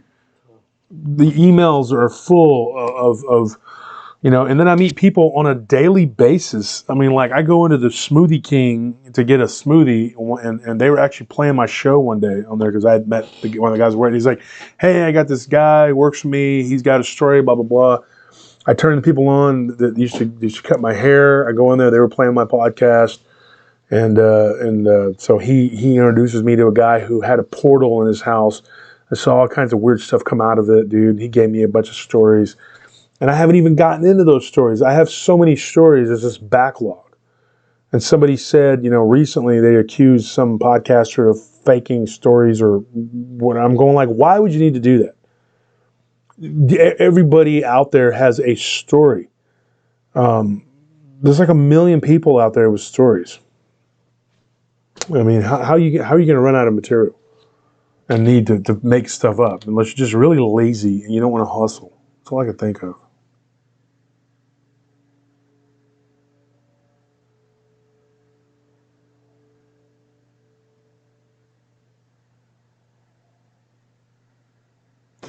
Do you have stories that are too disturbing for PRT, like Stephen King?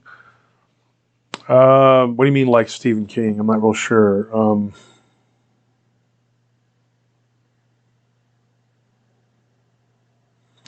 we do have stories that are too graphic.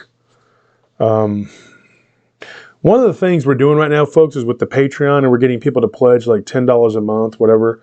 And I was going to step it up a little bit and do like a show maybe once every couple of weeks, and do it specifically for that purpose of like telling stories that I'm not going to tell on the show. And you'll get bonus content, and I'm not doing special shows, whatever. These are stories I already have, and I just don't have time to get them all out there. But I thought about that, like one of the things I could do to generate, some more interest in the show, and maybe some revenue, so we could keep the show going. Is just to do a Patreon. Anthony set that up, but to do the Patreon so that we can keep the show going, but to also bring you the listeners who are willing to help and produce the show, because in essence that's what you're doing. You're helping to produce the show by contributing and donating, whatever. And I don't like coming and being like, hey, I need money. Come on, folks. With my hat in hand. My sister's cousin's maid's dog needs an operation. Come on. But one of the things is we do need to be able to keep the show going. And so I thought maybe, doing a show with some of these more out wild stories or whatever. It's hard though, because like, what if, people start giving you stories that are wild and crazy, and just because they know you'll go on there and put them on there, and so you can get paid for it.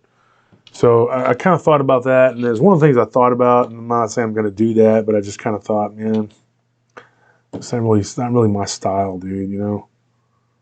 I hate even having to like when the first time we did this live chat, if you go back and watch, this sounds silly, but I didn't even know that people could donate on the chat, super chat. And when I got the first donation, you remember that, Anthony? I was like, what is that? I was like, what is that? You were like, that's the donation. So Anthony, we came up with the idea to do a live stream on Tuesdays, and I was like, oh, that's great, that's awesome. But part of it was to generate revenue. And I didn't really, I just thought we were doing it, whatever. And that's cool. If you don't donate, you donate. If you don't, you do, you do. I mean, I don't do this, like I said, I'm not doing this to try to make money or get rich.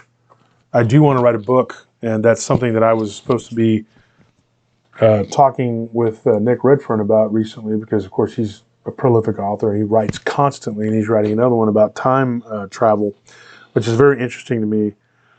And if you go on to Nick Redfern's Facebook, he talks about his time travel book or whatever. Me and Ken Gerhardt are on there making jokes and whatever. Me and Ken are always messing with people. But, the funny thing is,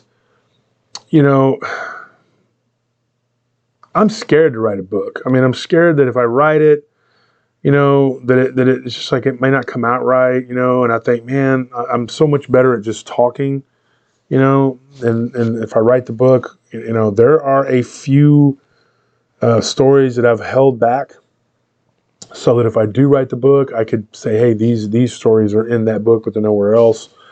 And then I'm kind of thinking, well, I'm kind of doing those people a disservice by not telling it. And then one of those people went off and gave their story to someone else. So, you're kind of sitting there going like, oh, and if I'm going to do it, I need to do it, but it takes time. It takes a lot of time, and time's something I just don't have a lot of right now. I mean, there's so much material out there. There's so many things I need to talk about, and there's so many people I need to interview. And it's just so hard. And then when you do you spend an hour, actually almost 2 hours trying to record that second episode. That's how long it was taking, because we had to screwed up equipment and having to do it over again. Because like I said, Ryan needs better equipment. You do 2 hours of your time, and then you don't get any material out of it. It's disheartening, to say the least. It starts to become kind of like, I don't know, man. You start to feel like kind of like drained, depressed, because you have so much material you have to cover, only so many hours of the day. But, for these people to not be able to come up with stories is just kind of like, I don't get that. I don't understand that. You should be spending, if you're a podcaster, you should be spending an inordinately large amount of time talking to people. Luckily, with my job, I have to do a lot with my other job, but I do have downtime and to sit and talk, and that's what you need to be doing if you're a podcaster, is, getting stories, because you're going to be given 5 stories, 2 or 3 of them might be show worthy. You know what I mean? And then there's smaller little stories, and I'll kind of squeeze them in, during the show somebody gave me, and they're not real long, but they are. It is material. It is a story, and I believe everybody should be able to have a platform, of voice to say what they have to say about these subjects. James Estrada, hi Wolf. Have you heard about the Queen of England shapeshifting into a reptilian in front of Vladimir Putin? $4.99. Thank you for your donation. Yes, I did actually hear something like that. I have heard that she is a reptilian. That's what the rumor is. I have a Mandela effect about the Queen, and I was with several of my friends, and we were all eating at a place that I used to go to all the time called La Posada here in Austin. I've said this before. I'll say it again. If you're here in Austin, you want good food. If you're in Central Texas, go to Thorndale Meat Market for barbecue. But if you're in Austin, go to Styles Switch. Styles is Shane Styles. Went to school with him. He's a good guy. Dwayne Jackson, what's up, homeboy? You're a good friend of mine, and you run that place. And you and Shane have a really good thing going there. But La Posada, if you're going to eat good Mexican food in South Austin, carne asada, it's awesome. Go there. We were sitting in this place, La Posada, and we saw on the television that the Queen had died. And we were like, oh, she's dead. And somebody made a joke, and they were like, oh, it's about time. It wasn't me. I don't care one way or the other. But somebody was like, I think it was Squid, actually, Squid. And he was like, it's about time, And I was like, I saw the whole thing. It was like there was a funeral procession that was being, they were showing the funeral or whatever. And then she was alive. And then here recently, and I have a guy who's going to be coming on the show soon, hopefully, to talk about his work on the Mandela effect. And me and him have been talking. His name is Anthony too, Anthony, and he's in one of the Mandela groups that I'm in. And so me and him were talking about that, and he's going to be, we're going to be doing a show together. And we recently were commenting on Larry King dying. That's a weird one to me, because I remember Larry King. I remember him dying like a while back, and now he's just died again.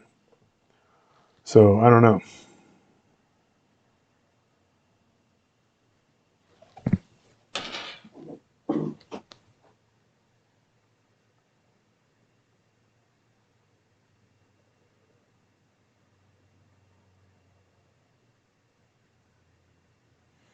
Says here, Bobby Hill said, what? You only have 6 security accounts at the moment. All you have is time.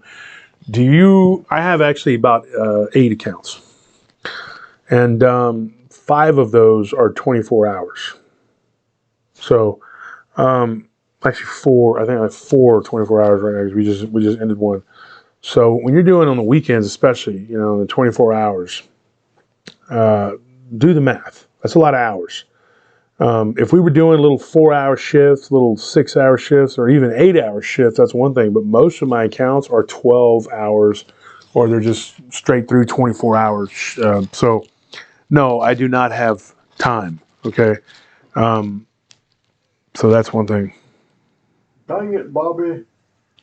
That boy ain't right. Yeah. Hey, Wolf, appreciate what you and your crew do. For years, I've been interested in this dogman creature and would cautiously like to see one. How were you dealing with things after your encounter? Thank you. I talked about that on Vic's show on PRT on DER. I'm fine now, but for a long time I had problems. I had nightmares. I had this. Here's what's weird. I had this thing stalking me in my nightmares, and once or twice I would actually manage to kill it. And it would turn into me. So, Those were disturbing dreams.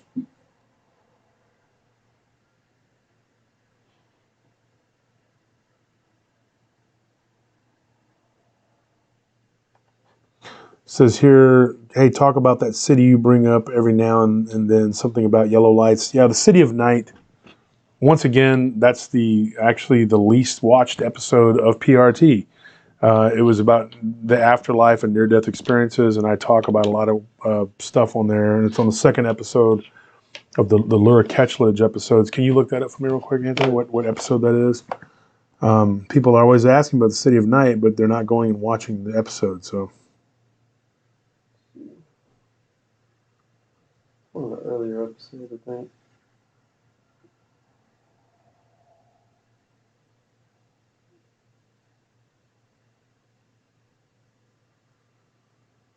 do you have any stories of centaurs? I feel like they really are rare. Yeah, they are rare, but you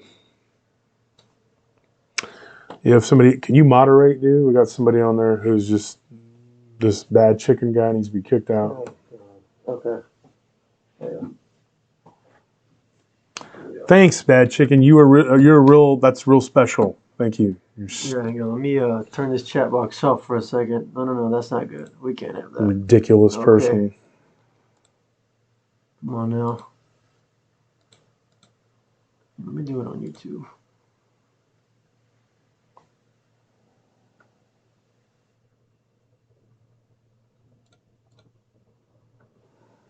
You're real. That's real special. Alright, so hide user on this channel. There we go. There we go. Okay. How do you get rid of all that? It's gone already. Okay. Right, so maybe we can turn the chat box back on now. Okay. There we go. Back to them. Sorry about that, folks. Somebody decided to get on there and be.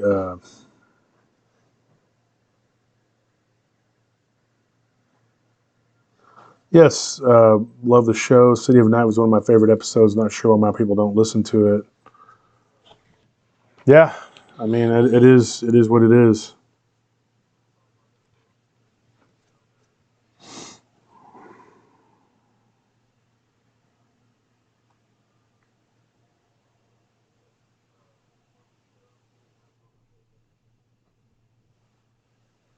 You want to find a comment for me? Okay, the episode with the City of Night was episode 39. Episode 39.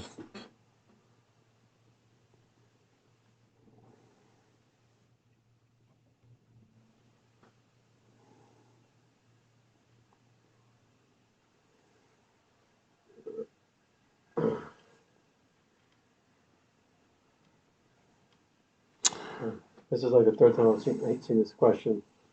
Says, hello, Matt M. says, hello, PRT crew, love the Q&A. Do you ever get any stories from Colorado? We had 2 dogman sightings / encounters at Estes Park this past summer. Estes Park, and I was almost there summer before last, but I ended up, I think I was in the Fort Collins, and I went down to Boulder. And didn't make it to Estes Park, and then I went up to Frisco and Breckenridge. But yeah, there's definitely dogman activity up there.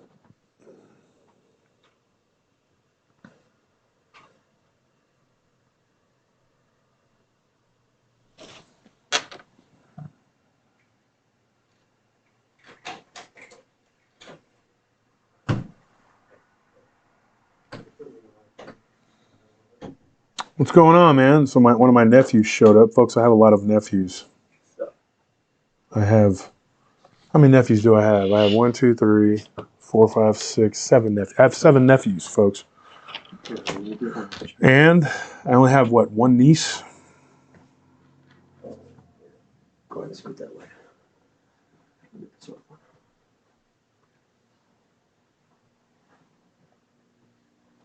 Voodoo Fox, have you experienced any more incidents in the City of Night? Yes, just the other night I had a dream that I was in the City of Night, and me and Nellie have actually talked about it. The City of Night is an interesting subject, and Like I said, if you go to, you said episode 39? Yeah, it should be episode 39. It's Episode, the second part of the second part of the Laura Ketchledge episode.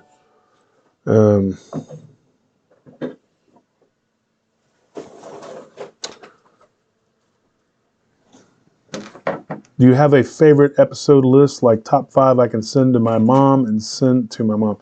Man, there's a lot of them. Not my personal favorites, but I can tell you that people have personal favorites. Beware of Dog. We get a lot of people that like that episode. Vampire fans, of course, like the vampire episode. Zombie fans like the zombie episode. We get a ton of, what are you doing? They can't see me, they can see Yeah, me. but I'm afraid you're going to drop it on something. You need help with... Continue. This man is trying to lift things that are too heavy for him because he's weak, sir. He is a weak... Your brother is very weak, Polito. He needs to lift weights. He does, but it doesn't help. Can y'all tell him to pay attention to y'all again and not me? He's distracting me, folks. You're very easy to distract. This is what's wrong with people nowadays. Of a squirrel. These people, these ADHD causing people like Anthony. Finish your story. Well, you're hoisting huge things over your head. I thought you were going to drop it on me, so I had to stop for a minute. Nowhere near you. Self-preservation kicked in. Finish. So they're all in the chat. 200 people in chat. So anyway, can you shut up? Yes. Folks, I'm about to slap one of my nephews here on live TV. So what I was talking about before I was rudely interrupted by the hoisting of big furniture was that there are multiple episodes that people will say, hey, I like this one, I like that one. If we just went down the list, I would say Immortals. That one was a good one that a lot of people really liked. Some of those, like me being the person that told the stories, that retold the people's encounters and stuff, and me being the person that had to do a lot of the investigating and a lot of the research on it, each one is different for me. The Beware of Dog was a big pain in the butt. And to the people that were involved, please don't take it the wrong way. I love you. I think you're very, very sweet people, and you went through something that was horrible. But it was a pain in the butt because to get that story and to investigate it and get it all together, it took me almost 3 weeks worth of conversations, and then over the course of 2 months, 3 weeks of constantly playing phone tag. And then finally, about 2 months, I said, okay, I'm done to get the information for the story. And then I had to put it all together because the timeline kind of jumped around, and I was like, okay, I gotta, And folks, don't think that I'm complaining that you send me a story and I'm unappreciative, and I'm like, oh well, your timeline's all jumbled around. And I got to do it. That's what I do. I have to fix it to make it show worthy. And I'm gonna tell you something else. It's not easy. This is not easy. Doing what I do. I've tried to delegate these things to other people, and let's just say that Mushu is not. It's just not his cup of tea. So I tried to get Sal to do more and help with it, but it's hard. Nellie's fielding reports for me now. Zane, Diablo, Scorpion, Anthony, they're all fielding reports and giving me stories as much as they can. But the problem is, that they're not as good at, I have a gift. And I'm not bragging like I'm the greatest, I'm not Muhammad Ali. What I'm saying is that I have a gift at being able to put these things together. One of the stories that I tell in this coming week's episode was given to me in its entirety once, and I read over it, and then I lost it, and then I had to go back to my friend. I don't know if John, if you're listening, John Bankage is a good friend of mine. He gave me one of the stories, and we're not saying your friend's name, but John Bankhead gave me the story. He's a good friend of mine. I've shouted out to him before on the show, and I had to get the story retold to me because I couldn't remember all the details, and then I was like, I just read over it one time before the show, and then I just went through and I told it. Not many people can do that, and it is a skill that you either have it or you don't. I mean, it's just all there is to it. There's a lot of people out there that are trying to do shows, and they're just like, it's like, man, you really just have no business doing this. you know, because it's you know, and you're going to cry and complain. Maybe you're just not in the right field, you know. So you want to answer a question? Give me a question. I have to answer this real quick.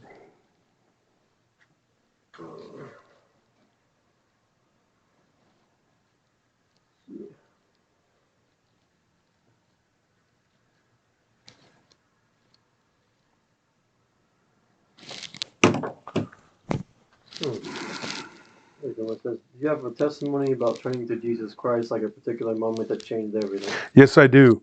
I was born. I was born a Catholic. My mother was originally a Catholic.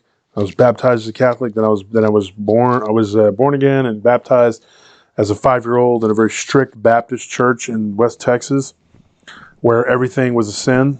Dancing, anything was a sin. Then I was rebaptized as a non-denominational and recommitted my life when I was a young man. But I strayed from the path because, like I said earlier in this broadcast, that I did not have very supportive parents. I have a relationship with my mother, not much with my dad, and probably never will, like I said, because I just don't think he's a nice person. And I will tell you right now, my grandmother died in '05. And that's when she came to me in a dream, and I was very much doing not good things and living my life on the dark side from about 97 to '05. And I would say 98 when I really started doing a bunch of crap. I was very much on the dark side. Like, I mean, I was absolutely not dabbling with anything, you know, satanic or anything like that. But I was not a good guy. I was very much a gangster, a thug, and you know, fought a lot of other gangs and a lot of other people, and did a lot of other bad things to people, and fought with people constantly. And I had a lot of thug brothers that backed me up and fulfilled my whatever wishes, will, whatever to do, what we needed to do. I was very much the leader. And in 2005, when my grandmother died, shortly after she died, I was in a funk. I was in a depression. I was crying every day and drinking and doing drugs. And I was having some serious issues, and I wanted to die because I felt like she was the last person on earth that loved me, that truly loved me. Not just, you know, I used to think it was just she loved me more than she loved anyone else. And I thought, there's no one else on this earth that loves me more than they love someone else. When she died, I thought that was it. But I honestly thought, I started to think that maybe she was the only person that really loved me. Didn't have a relationship with my mom at that time, or my dad. And so it was very hard. And I ultimately, I was not suicidal, but I was to the point where I didn't care whether I lived or died. And she came to me in a dream and was very upset with me, very angry. And she had never been that way with me. She had never looked at me that way. And she was like shaking her head.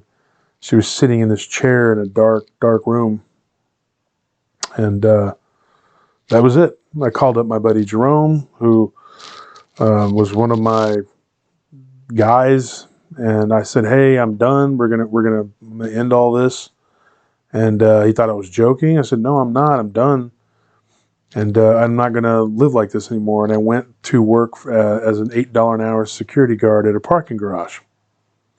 And for about 2 years, I just kind of spun my wheels.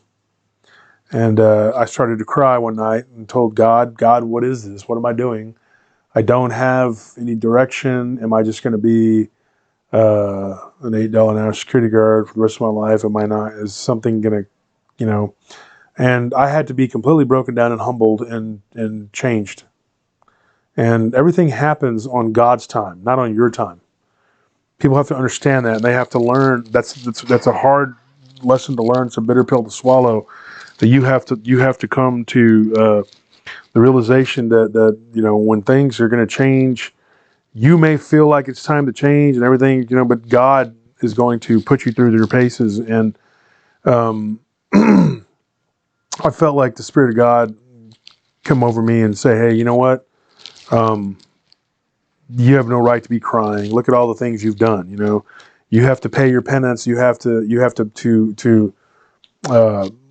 you know, suffer through this. You have to be humbled. And it was a very humbling experience. I mean, you know, I went from being this dude that everybody knew and everybody was afraid of and had all these people, you know, and to being kind of a nobody. And it happened almost overnight. And then once people began to realize that you were never coming back to that life, you found out who your friends were. I got picked up by some other gangsters and put into a limo. And they wanted to get rid of me because they thought I knew too much, and they thought that I would say something about some of their nefarious activities. And they marched me out to the edge of town, and they dropped me off because I told all my guys to go away, that whatever was going to happen to me needed to happen to me and not them, and I didn't want them to be involved in what could possibly be me being taken out. Never talked about this before to most of my fans, so but I was told to walk, and I began to walk, and I'm over there yelling, telling them, go ahead, do it. If you're going to do it, shoot me, do what you're going to do, blah, blah, blah, blah, blah. And then I heard the tires spinning and the car driving away. And I turned around, and I was miserable. I was missing a shoe. I wasn't beaten up. They didn't beat me up. That's one thing they didn't do. They didn't put their hands all over me. I guess because they didn't plan on actually killing me. They were just trying to scare me to say, hey, if you try anything. And I think if they would have tried to kill me, my guys would have gotten revenge on them. And so that's what did it. It wasn't just me being a big, bad, tough guy. I had a lot of brothers and a lot of people who would cut for me. And if you were to do something to me, they're going to get you. And so I think that they let me go after issuing threats and trying to make me, you know, join their little deal. And I didn't want to do it. I told them I'm done. I'm not going to be a part of anything anymore. I'm not going to work with anybody anymore. I'm going to live my life correctly. And if you want to kill me, go ahead. And so they drove off, and I had to walk back into town about 5 miles. Yes, you heard that correctly. I did actually find my shoe further down the road, so that helped. And I walked to the edge of town, and I found this guy who, I'm not judging, but I think he was probably a drug addict who was hanging around the east side of town. And I said, hey, can I use your phone? And he's like, give me $5. And so I said, I don't have $5, but when my guy comes, he'll pay you. And so I called my friend Willie, who's now deceased, and he showed up, and him and Scorpion, and picked me up. And yeah, and I said, I think I would have been killed if it wasn't that I still have all you guys as friends. And so I went to talk to those people's boss, and I said, look, I don't want a war. I want to go out peacefully. I don't want to have problems. I'm never going to say anything about you or anything, y'all, and your activities or whatever. Just leave me alone and let me go, and let me live my life, and I'll let you guys go and let you live your life, and we'll part ways. And you know what? That was it. I've kicked the idea around for years about writing a book about some of the things that went on and just changing names and stuff, but might be too much incrimination for different types of people that would probably, you know, be offended, you know. But yeah, I recommitted my life to Christ, and I haven't looked back. You know, it was weird for about a couple months there. I was living my life like a ghost. I was just getting in my truck every day, going to work and thinking at some point somebody's going to walk up and pop. And I wondered how it was going to be.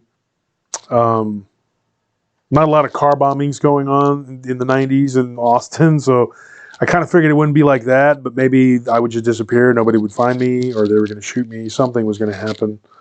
You know, because there was just so many things that people were doing and had done.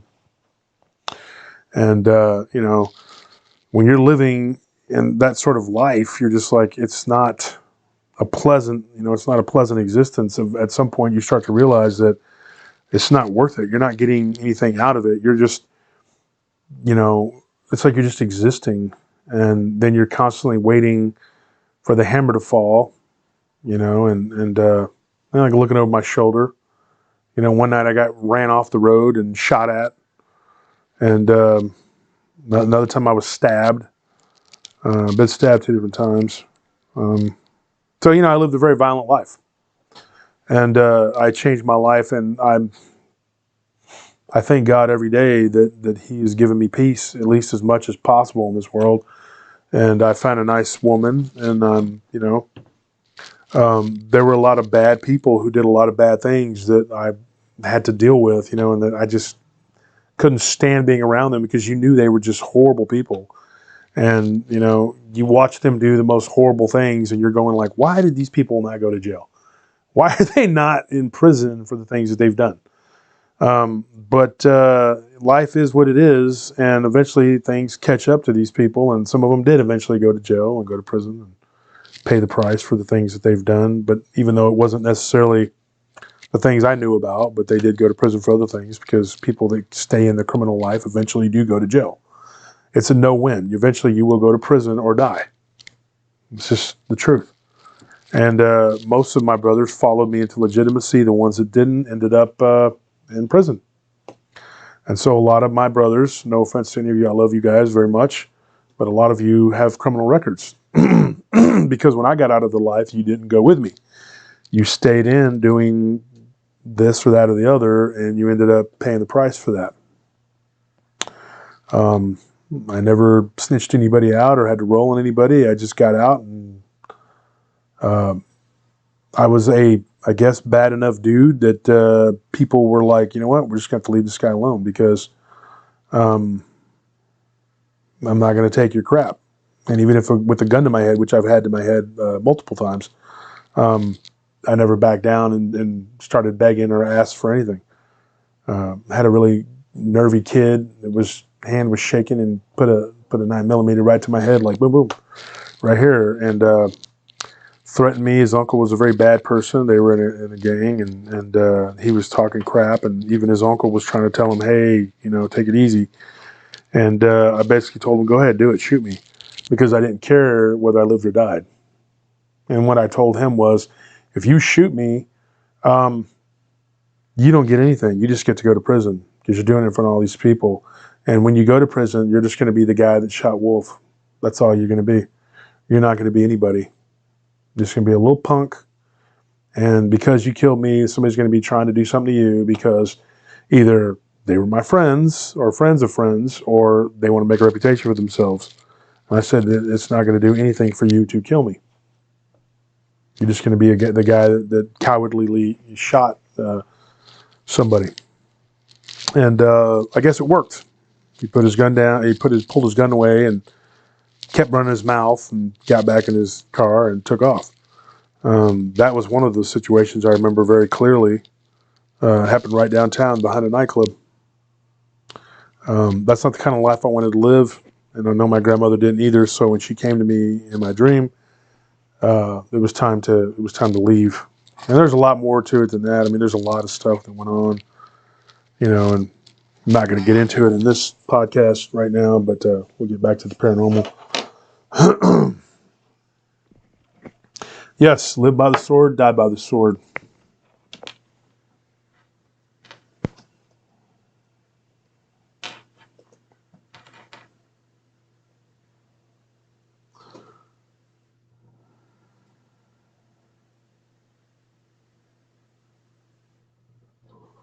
That's sad. It says my dad didn't make jack playing professional baseball. Yeah, a lot of stuff happens.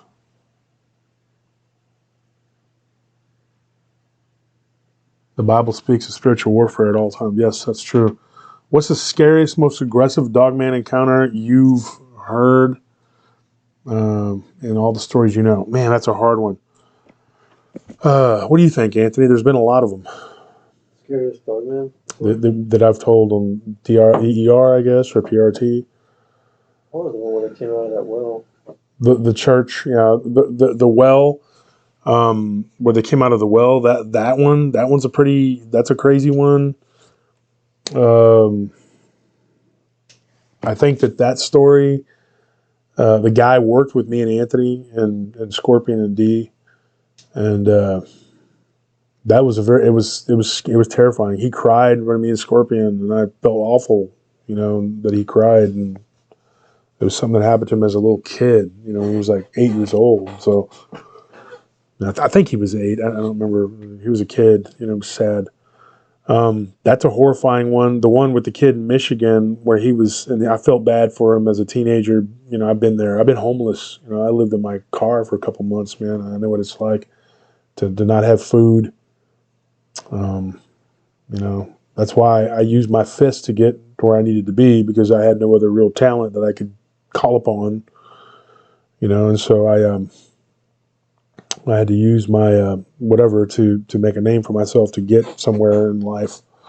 Unfortunately, especially when you have people who could help you, but they didn't. Both my parents were successful and had good jobs and never really lifted a finger. They just kind of whatever. It is weird. It's something that other family members have remarked about, and said, hey, it doesn't make sense. They didn't really understand how people can do that to their kids and not help them. It just is what it is. My parents hated each other, and when they looked at me, they saw each other. My dad is white, and my mom is Hispanic, and I got some native in there, but I think they just looked at me and they saw each other, and they both hated me, I guess, because I reminded them of their mistake or whatever. So you kind of grow up. But this kid in Michigan, he was telling me about his abusive stepdad and how he would go and hang out in an abandoned car. And I told this on I'm pretty sure the 300th episode. And on DER, Dogman Encounters Radio. And this kid got attacked by a large upright canid that tried to come through the back windshield of an old car. I can't remember the exact model of the car. I had it written down when I was telling the story of what he told me it was, but it was an old car, and it was a big old steel-bodied car, and like he broke through and was trying to kill him, and it was scary, because he had a stepdad that would lock him out of the house, and you know, I don't know. That was not only because of the horrific incident, but because the kid had to go through that. As a kid, you don't want to have to go through something like that. I think that the stories that involve children are some of the most. It's horrifying because it scars these people forever. What they go through. You know.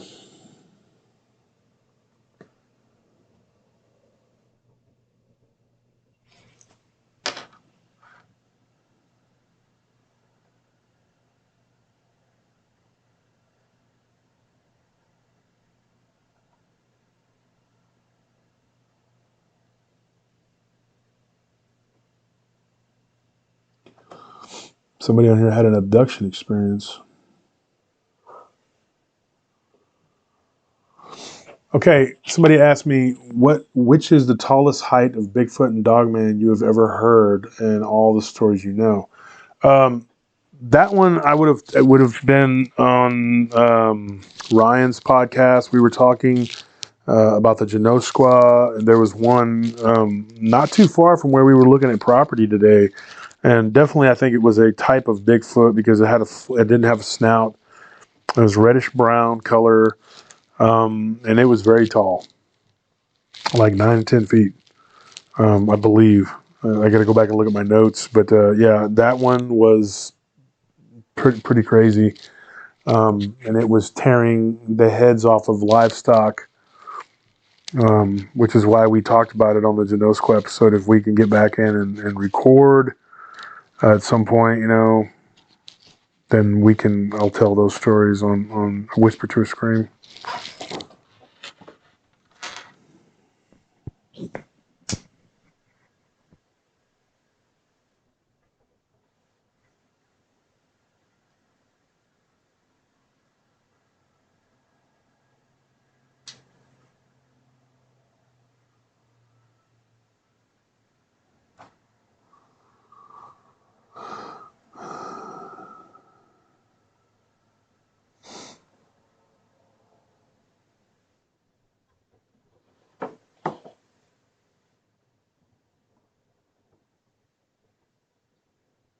How do you reconcile your belief in the supernatural and religion? I have had issues believing in religion because of the condemnation of the paranormal.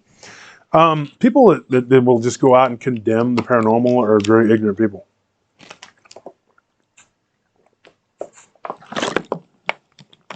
I've had people tell me that it's evil, that you're committing a sin by talking about the paranormal or whatever. Why is that?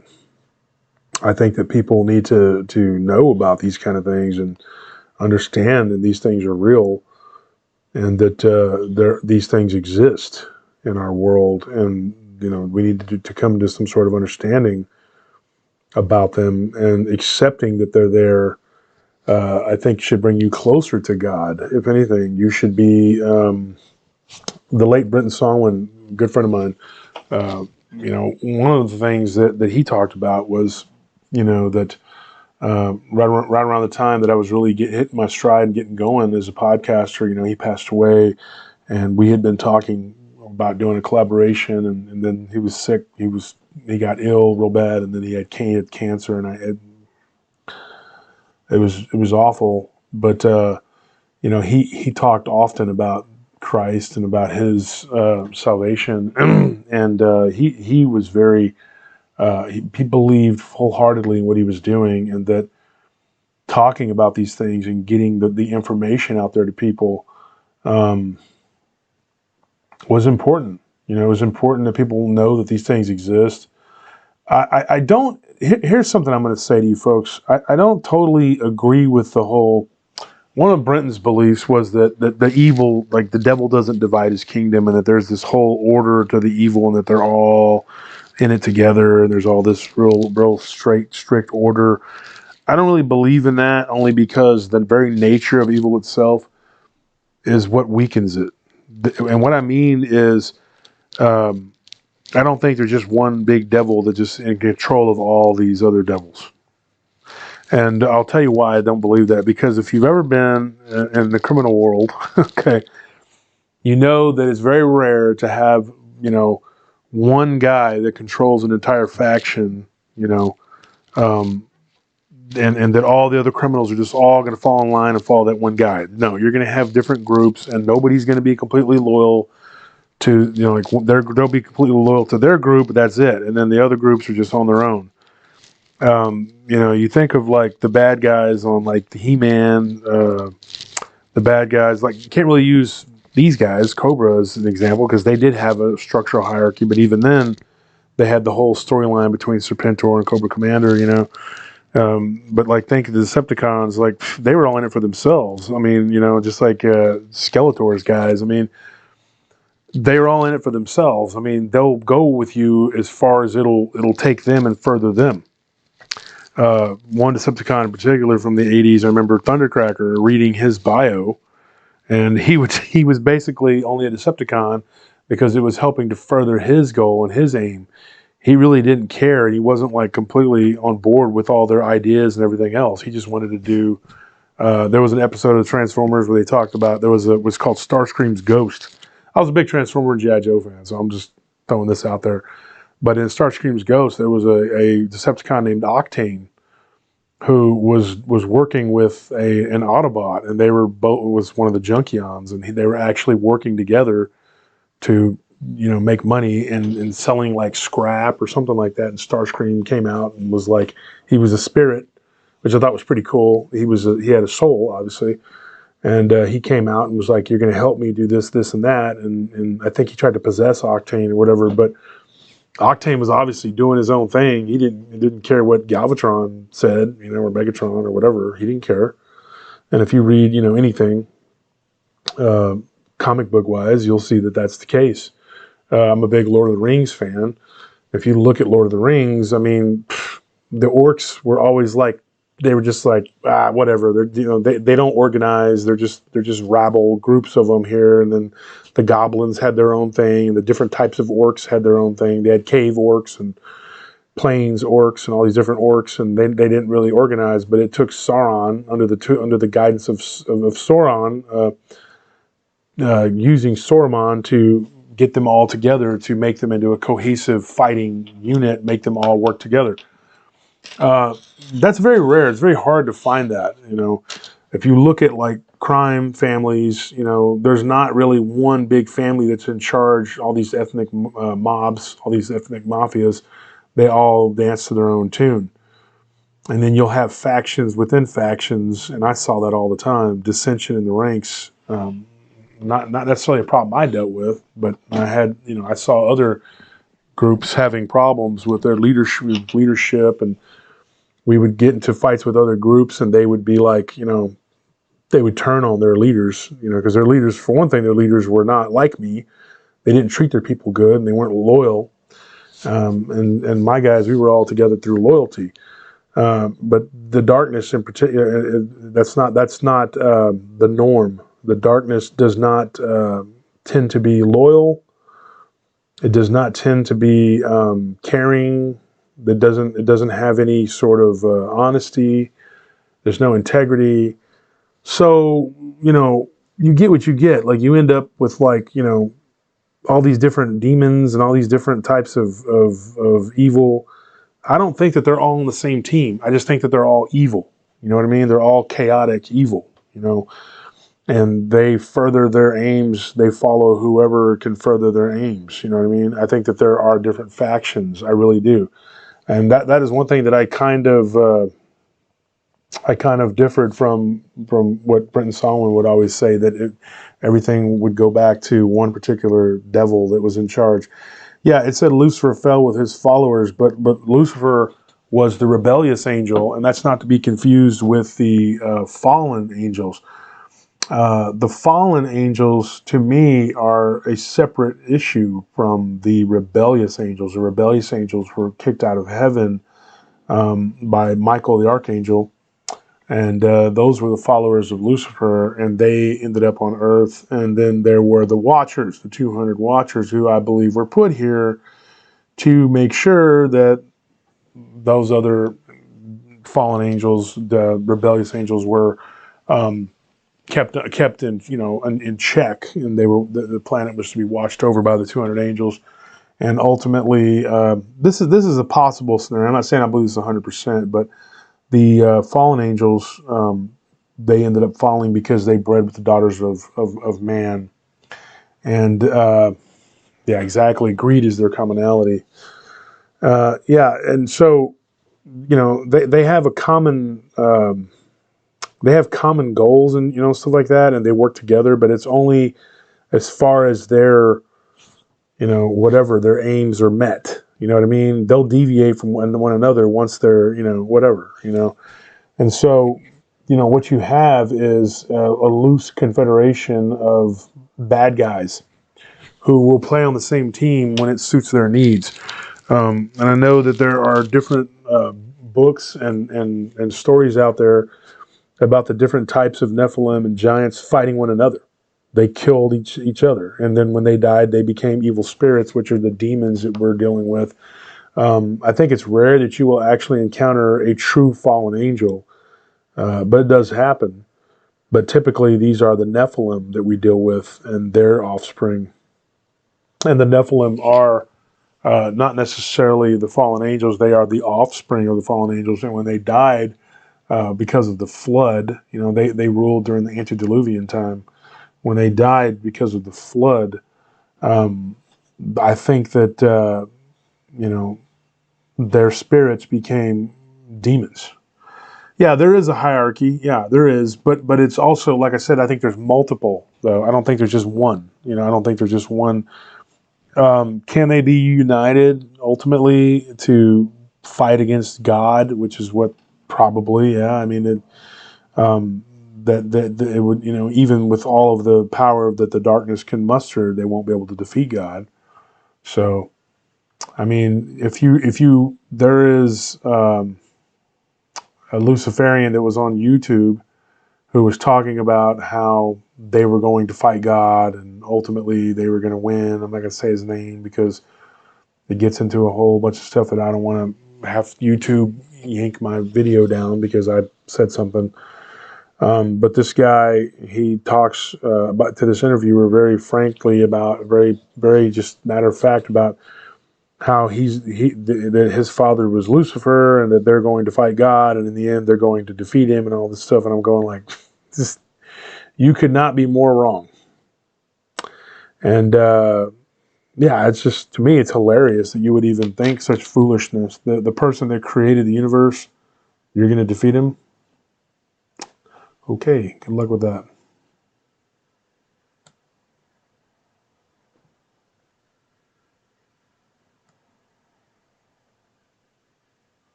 Skyrim, I think you play too much video games. Yeah, I think a lot of people do.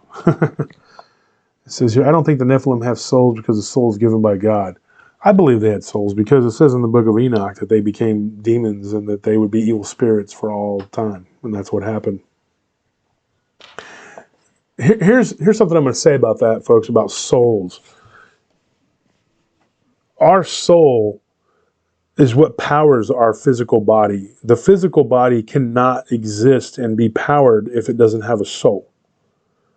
The smallest grasshopper, the smallest little insect, an ant or a grasshopper, to the largest blue whale, it has some sort of spiritual essence, energy, soul, whatever you want to call it, that ultimately gives it power. Once that soul leaves the physical shell, then it's lights out. You're done. Until then, though, your soul is what powers you. And I can tell you this, I've always been a very spiritual person, a very spiritually strong person, a person that is, my mind is powered by my soul and my mind powers my body in that order. So, if you're spiritually in tune and you're in line with the spirit, then the body will perform whatever you want it to perform. I've said this before, folks, and I'll say it again. Free advertisement here for this, but my nephew Anthony turned me on to Wim Hof, Wimhof. That's his name, Wim Hof. He's Dutch, right? Yeah, Dutch. And if you do the breathing techniques, I used to do these breathing techniques, and years ago, they were taught to me by a sensei of mine, and I learned some breathing techniques, and this guy though he has really taken it to another level. And when I do the breathing and I do it for days in a row, I feel really good.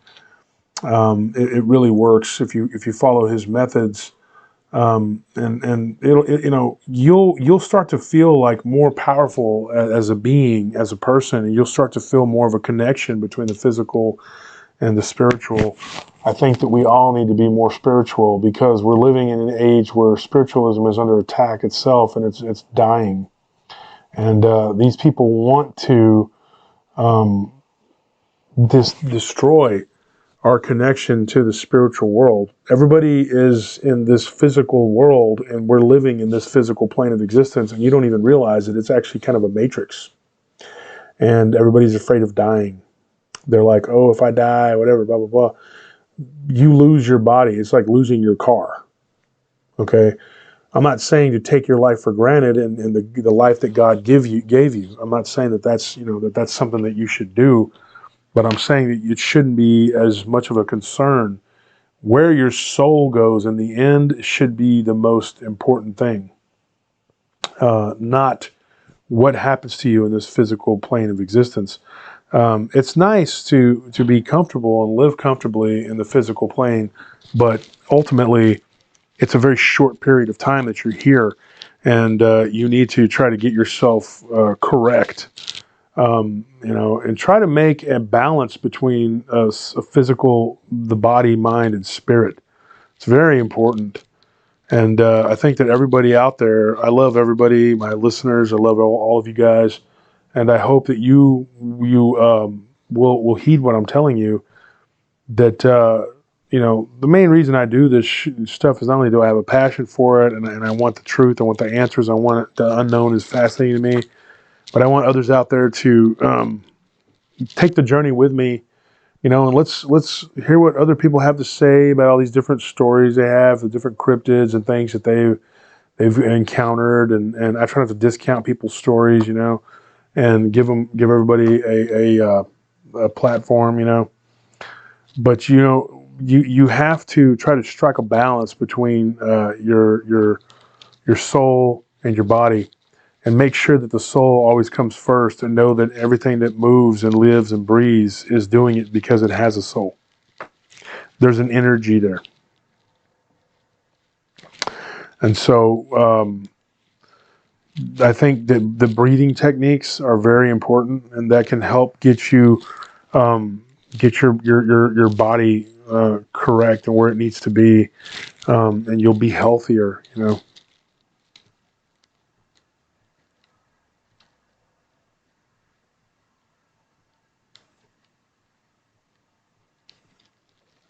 Says, I think more and more cryptids are coming out. Thus more sightings. Do you think that, Josh, or is people just now talking, telling stories? I think more and more people are seeing these things, and I think that's. I think it's happening more and more often. And just as people like someone just said, Josh, you're a wolf, you're a beast, and a true spiritual warrior. Just remember, like I said, everything is powered through the spirit. If you want to enhance your body and become stronger, there are natural ways to do it. I never took steroids. And folks, I'm going to tell you something, and I got several people who can attest to this. My brother was there, Squid, if you're out there listening.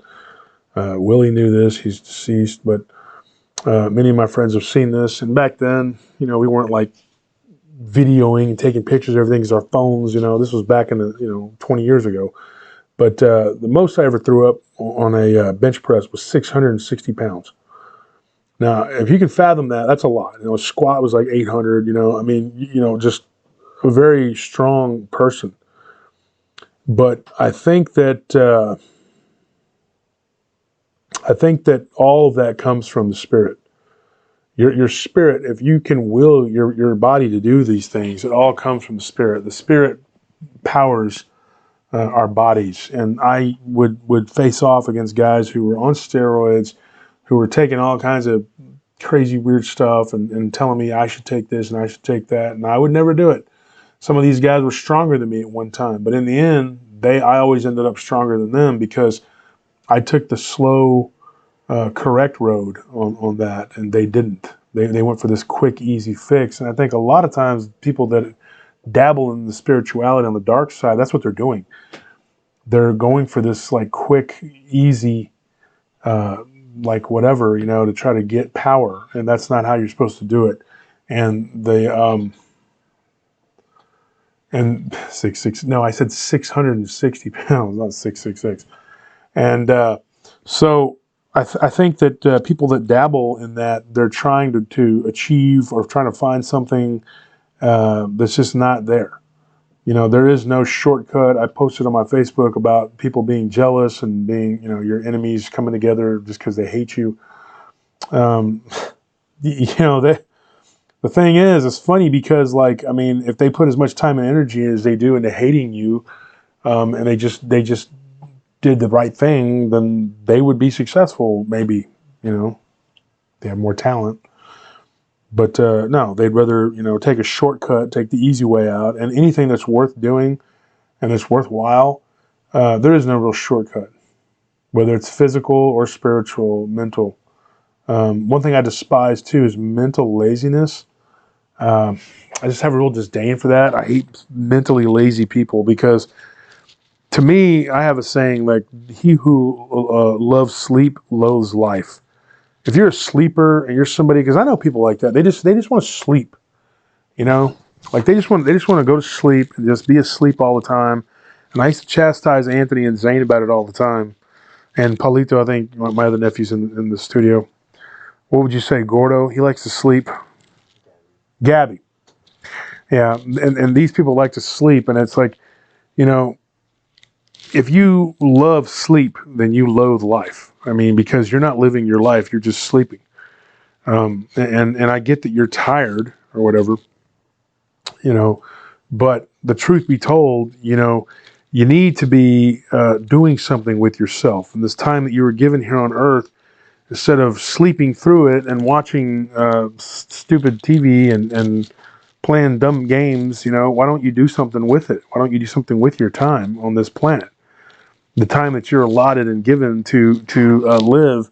Instead, people choose to, you know, give themselves every possible excuse to just lay around in bed and, you know, they go and they do one thing and then they're tired. They can't do nothing else. You know, they're just like, oh, I'm tired. And I'm talking about young people, man. When I was young, I could drink and party all night and then go to work for 12 hours. I mean, you know, and you know, that's not correct to do, but you can do the same thing on the good side. You can go, I could work a full day. I'd work 12 hours and then I'd go hit the weights and then I'd go out on a date or, you know, go run around and to the movies or whatever, do stuff. And I'd sleep about 4 to 6 hours a day. You can survive. I mean, you know, especially you young people. I don't understand what it is with these millennials and how much they sleep. Why are you so tired? Well, I think it's because you're spiritually drained. I think a lot of us are spiritually drained. And I think a lot of us are being harvested for our energy. And I think it's unfortunate. I think it's sad. But yeah.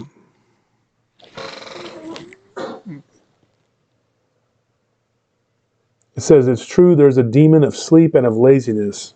It's low testosterone. There's definitely an epidemic of low testosterone.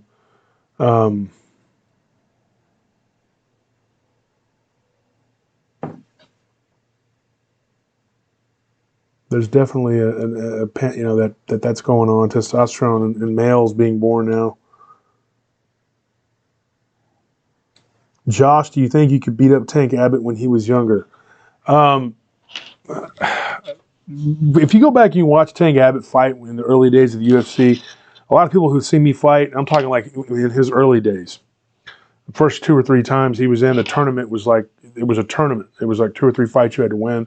And when I fought, a lot of people would compare me to him. But I had a lot more dimensions because I threw a lot of kicks, low leg kicks, and I was a good grappler, you know, and I wrestled. And I had a boxing background, and I'm a lot faster. And I'm not tooting my own horn. I'm just saying, like I said, I could never get down into a weight that I could stay at, you know, under 300 pounds. My body's just so big. But my speed, that was one thing that people always talked about was how quick I was. My hands are very quick. But I think that obviously he was a tough guy, and when he was in his prime, you know, when he was young, and unfortunately for him, he should have won. But they made you fight 2 or 3 times, you know. And in those early tournaments, he was just as good as anybody. But then he just kept fighting, and he'd come in overweight, and you know, get off a bar stool, like he said, and go in there and fight. And then I was a fan of his. I liked him. He's a good guy. And you know, and he'd go in there and he'd fight, and he wouldn't train. You know, if you go to the Hugo Duarte fight where he went in and fought him. And it was one of the, like he said, it was one of the most, the best shape he was, you know, ever. He comes in there with very little fat, and he just destroyed that guy. And it was funny because they said Duarte, he was a jiu-jitsu master who had black belt in jiu-jitsu, who had all of his fights had been ended within, you know, 20 seconds or whatever, and Abbott beat him up in like 12 seconds or I don't remember what it was. But yeah, I mean, you know, I was compared to him when I was younger because I would fight, and I'd fight anybody, and I'd get into fights with 3 or 4 people at a time, and I'd just work them over. But my speed was one thing that if you watched film of him, you know, like he didn't have the same hand speed. But as far as punching power, yeah, he was a bad dude. He was dominant. I mean, I think his punches were as strong as anybody's. And I heard his bench press was just, you know, it was crazy. You know, he was benching like 500-600 pounds too. So,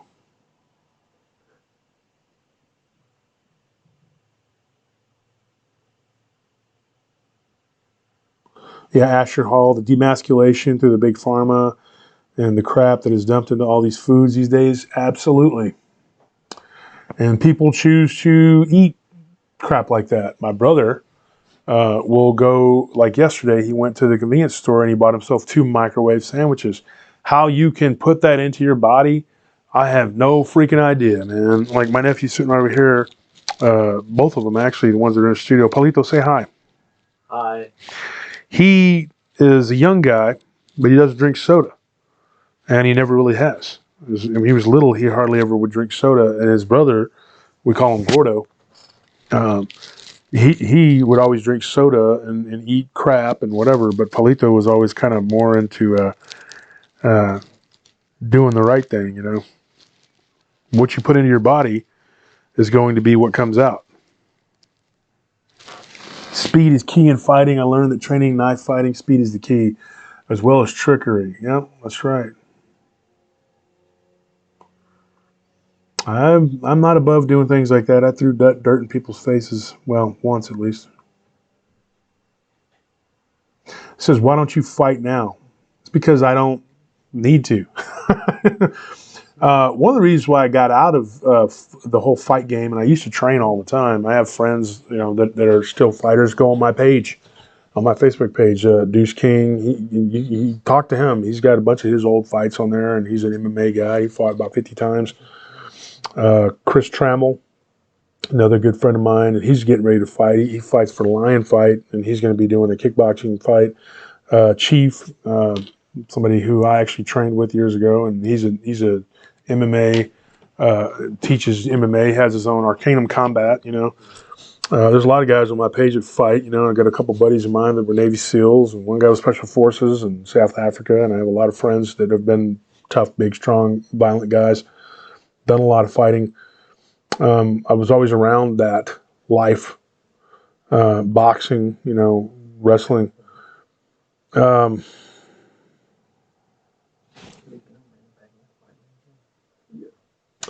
I guess the thing is, why I don't do it anymore and why I stopped was because I wanted to keep my brain.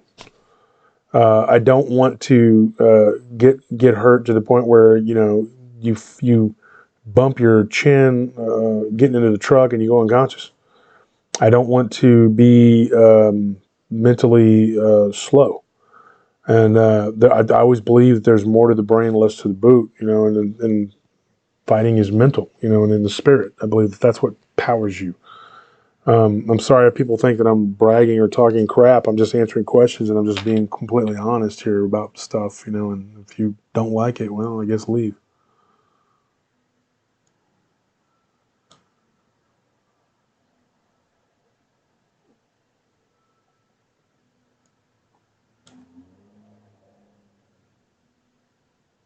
Just in case, everything we eat nowadays kills you, so get over that. I don't have to get over anything. I just don't eat that kind of stuff.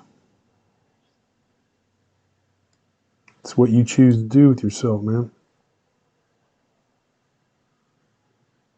So anyway, that's why I don't really fight anymore, because I wanted to keep my mind. I wanted to keep my wits about me, and didn't want to end up with brain damage, memory loss. I have had a couple concussions, you know, a few, I guess, and I didn't really want. I don't, you know, I lost 2 days of my life. Once when I was stabbed, but another time I lost my couple days. Like I got into a fight at the club. There was a gang of they were a Vietnamese and Laotian gang. They call themselves Black Dragons, and they actually worked for, I believe, Triads. And we got into a fight with them, and me and Willie got roughed up pretty good.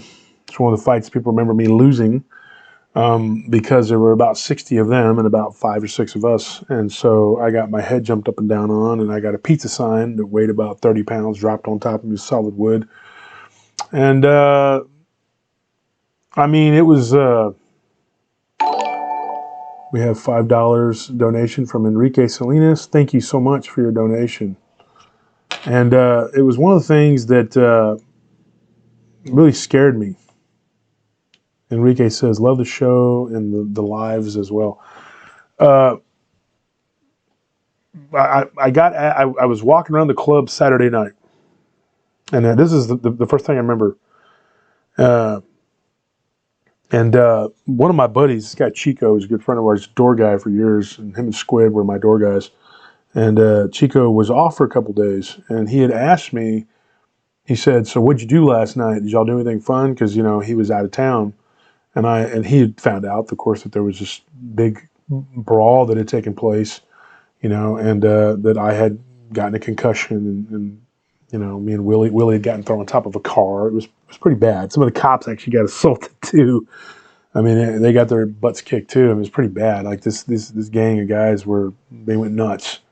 They got really drunk. They drank this drink they called Four Horsemen, and they would get really smashed, and then they would go nuts. And so we got into it, and we were short staffed that night. And one of my guys was hanging off the door, and I told him to get inside, and he didn't do what I asked. His name was Cowboy, and they grabbed him and they pulled him out, and they started beating the crap out of him. And I had to go out there, and stepping out onto the sidewalk, I knew I was going to get beat down and probably annihilated because they were just everywhere. And so I stepped outside to try to help this guy, and got my butt handed to me like everybody else. We all got beat up pretty good. We had a couple guys from Fort Hood that were soldiers that were working for us. This one Italian kid, pretty tough kid, but we all got beat up pretty good that night. I managed to get everybody inside and close the doors. They got kicked in, and then I went inside and I collapsed. I woke up, and I was in the hospital, and it was the next day. And I remember briefly waking up and then going to sleep and then waking back up, and then I was at the club, and it was 2 a.m. toward the end of the night on Saturday. And Chico was asking me, "Hey, what'd y'all do last night? I heard you guys went out and got drunk over at some other bar." And I was one of the very scary moments of my life, because I was like, all I remembered was falling down in the club Thursday night, and then I remember being at the hospital on Friday during the day, because apparently Willie Taz and my buddy Jerome had taken me to the hospital because I was babbling and wasn't making sense. And I still managed to go to work that Friday night, because I got out of the hospital and I'm like, I'm fine. I went to work. And then I guess we went out and had a couple drinks after hours at a bar. This place no longer exists down there, called Treasure Island. And I don't remember that. And so when Chico said, "Hey, man, I heard you guys were hanging out down whatever, and that you were," I guess I had said something to one of the bouncers down there, this guy Carl, and I guess I was rude to him or something. And I don't even remember that. I don't remember any of that. And whenever he told me that, and I'm not a person that drinks and gets blacked out. I don't black out. Okay. So the last thing I remembered was that brief wake up on a Friday, talking to like a nurse. And then before that, I remember falling down in the club. So yeah. And then I remember him asking me that question. And then that Sunday was kind of hazy, like the next day. And so like by Monday, I was on the phone with my great aunt, and I was talking to her. She was asking me how everything was, how I was doing. And I told her, I said, "I'm kind of scared to you because I don't remember the last 2 or 3 days. All I remember is like little bitty bits and pieces of it." So I lost like 2 or 3 days of my life just not remembering, because people could tell me what I did and what I didn't do. But yeah, that's what happens when you get into really bad brawls. Sometimes your brain kind of shorts out or whatever. And I really didn't want that for me. I wanted to do what I'm doing and be able to tell these stories that I'd collected over all these years, and collect more stories and talk about the stuff that I'm talking about. And I wanted to eventually write a book about the paranormal, and Dogman and all these other things we talk about. And I thought that if I kept fighting, whether it was training, boxing, whatever, or bouncing, my bouncing career lasted several years, and then I quit. A lot of guys were there before me, and a lot of guys were there after me.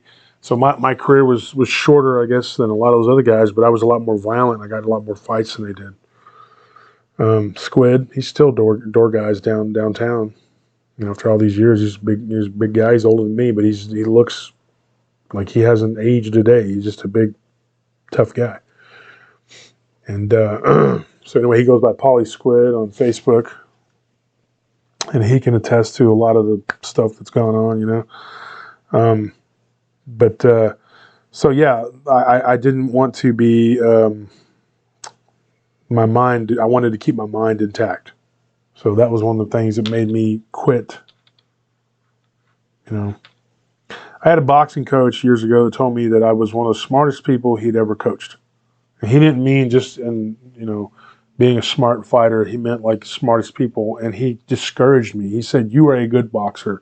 And he told me, he's like, "You're a good boxer and you could probably do something with this. You could probably go pro." He's like, "But you could also write books." He goes, "You could become a politician. You could be, an engineer." He's like, "You're going to get your head punched over and over again, and you're going to end up wasting your God-given mental abilities." And so after he passed, I kind of took it to heart, and that's when I stopped doing a lot of that. And would still go into the gyms every once in a while, or some punk would call me out and be like, "Oh, I could do this and I could do that," and I would show up. They call it dojo raids. I'd go in, I'd get into, I'd show up. I'd be like, "What's up? You got something?" And we would do whatever, and I would get into it with people, and some of my friends who were coaching stuff, because I coached for a while, they would get aggravated because I would hurt their fighters, and I'm like 6'4", 320 pounds, and they're like, "Dude, you're beating up these guys. This isn't good." But yeah, I quit all that.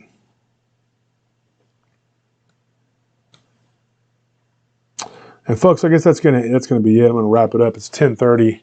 I think we've gone 3 hours, haven't we? So I gave you another 3 hours on this thing here, and we could talk about stuff all day. And then I'm gonna answer this here. What Justin, just in case. I don't know what's going on. What? It's like an argument going on over here in the deal. Way back there. I don't know. He got mad at someone for saying something and called him a B word or something. Yeah, no, I mean, just now, down at the bottom, somebody said, "Are you here just to be despairing?" Because earlier he was like, Yeah. he was like, "Oh, you're just bragging about yourself. It's boring, or it's obnoxious, or something." Blah blah blah. I don't know. I didn't even point it out because I figured it's not even worth responding to. Who cares? I mean, Well, for one thing, Justin's always been, typically a supporter of the show. I don't know why he's getting so aggravated or upset. The bottom line is, folks, I'm not bragging and I'm not making stuff up and I'm not lying. I'm just being honest. I'm giving you my truths. I'm telling you, what's the deal. What's real and what's not. I mean, people want to take it, however you want to take it however you want to take it. Justin, it's boring, it's whatever. People ask me questions and I'm answering. It's Q&A. And folks, I do want to write a book. I mean, there's a lot of things I want to write about. My wife bought me this Dragon Speak thing that I'm going to try and actually use if I can figure it out. I'm going to try and write. I'm going to try and put a book out. I wanted to call it I don't want to give the name away because somebody might steal the name, but I wanted to talk about the Dogman, at least one of my first books, and then gradually get into some other things. I'm going to get a lot of consultation from some different authors, like my friends, that write books, and yeah. And I was recently given some pretty good advice by Nick Redfern, and how he, you get a lot more notoriety, you get a lot more people who respect you and look at you as more, they give you more props, I guess, if you're an author. So that's one thing I'm looking into doing, and it's not just for that, because I've always wanted to write a book, but yeah, Dragon Speak is basically, like you said, yeah, just dictate without typing.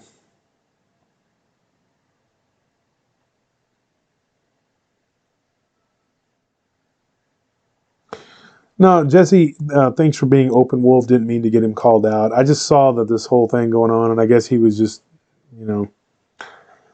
there's a lot of people out there who are alpha male, or they feel like they're an alpha male, and if someone else says something, it's hard to fathom. I don't expect you to just believe it and just accept it because I said that, but there are people that can attest to my past. I mean, I got a lot of friends out there, And I'm sure you could probably ask these people on Facebook if you wanted to. I mean, I don't give a crap. Ask them. You know. Oh. So I'm sure my buddies, you know, will answer questions if you wanted to ask Scorpion or Diablo or Squid or whatever. My buddy Starscream, his name is Isaac Weathers. You could probably ask him. I don't know if he checks his Facebook very often. I don't know. Chico's on there. I don't know how often he looks at his Facebook, but you know, I got a lot of friends on there. They can talk to you and tell you it's whatever. Anyways, guys, that's all I wanted to say tonight. Someone says, Lou the good dude, I want to sign up for that Patreon. Can we link it before you go? Yeah, I can copy and paste it in the chat, and then nearby before we go. Asher Hall, Yo Joe. Do you not see this? We'll get you the link to the Patreon. Yeah, Cobra, exactly. Except they never could hit the broadside of a barn.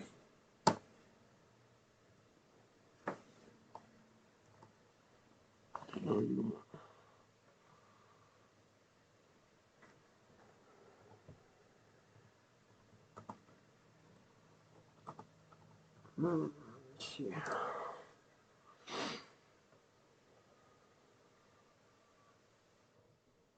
Send it.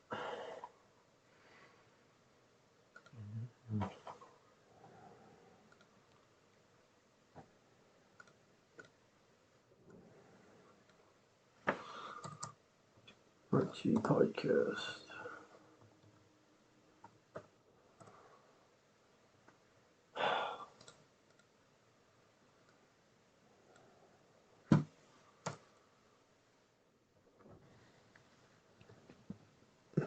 Am I still live? Yeah. Okay, folks. Did not know I was still here. I didn't tell you we stopped. I'm just sitting here. Okay. Okay, so here's the assignment of the child. Here. This is the link to the Patreon, and then we can end it on that. Yeah, we're going to put the link to the Patreon on here, folks. There we go. Pin it. All right, there you go.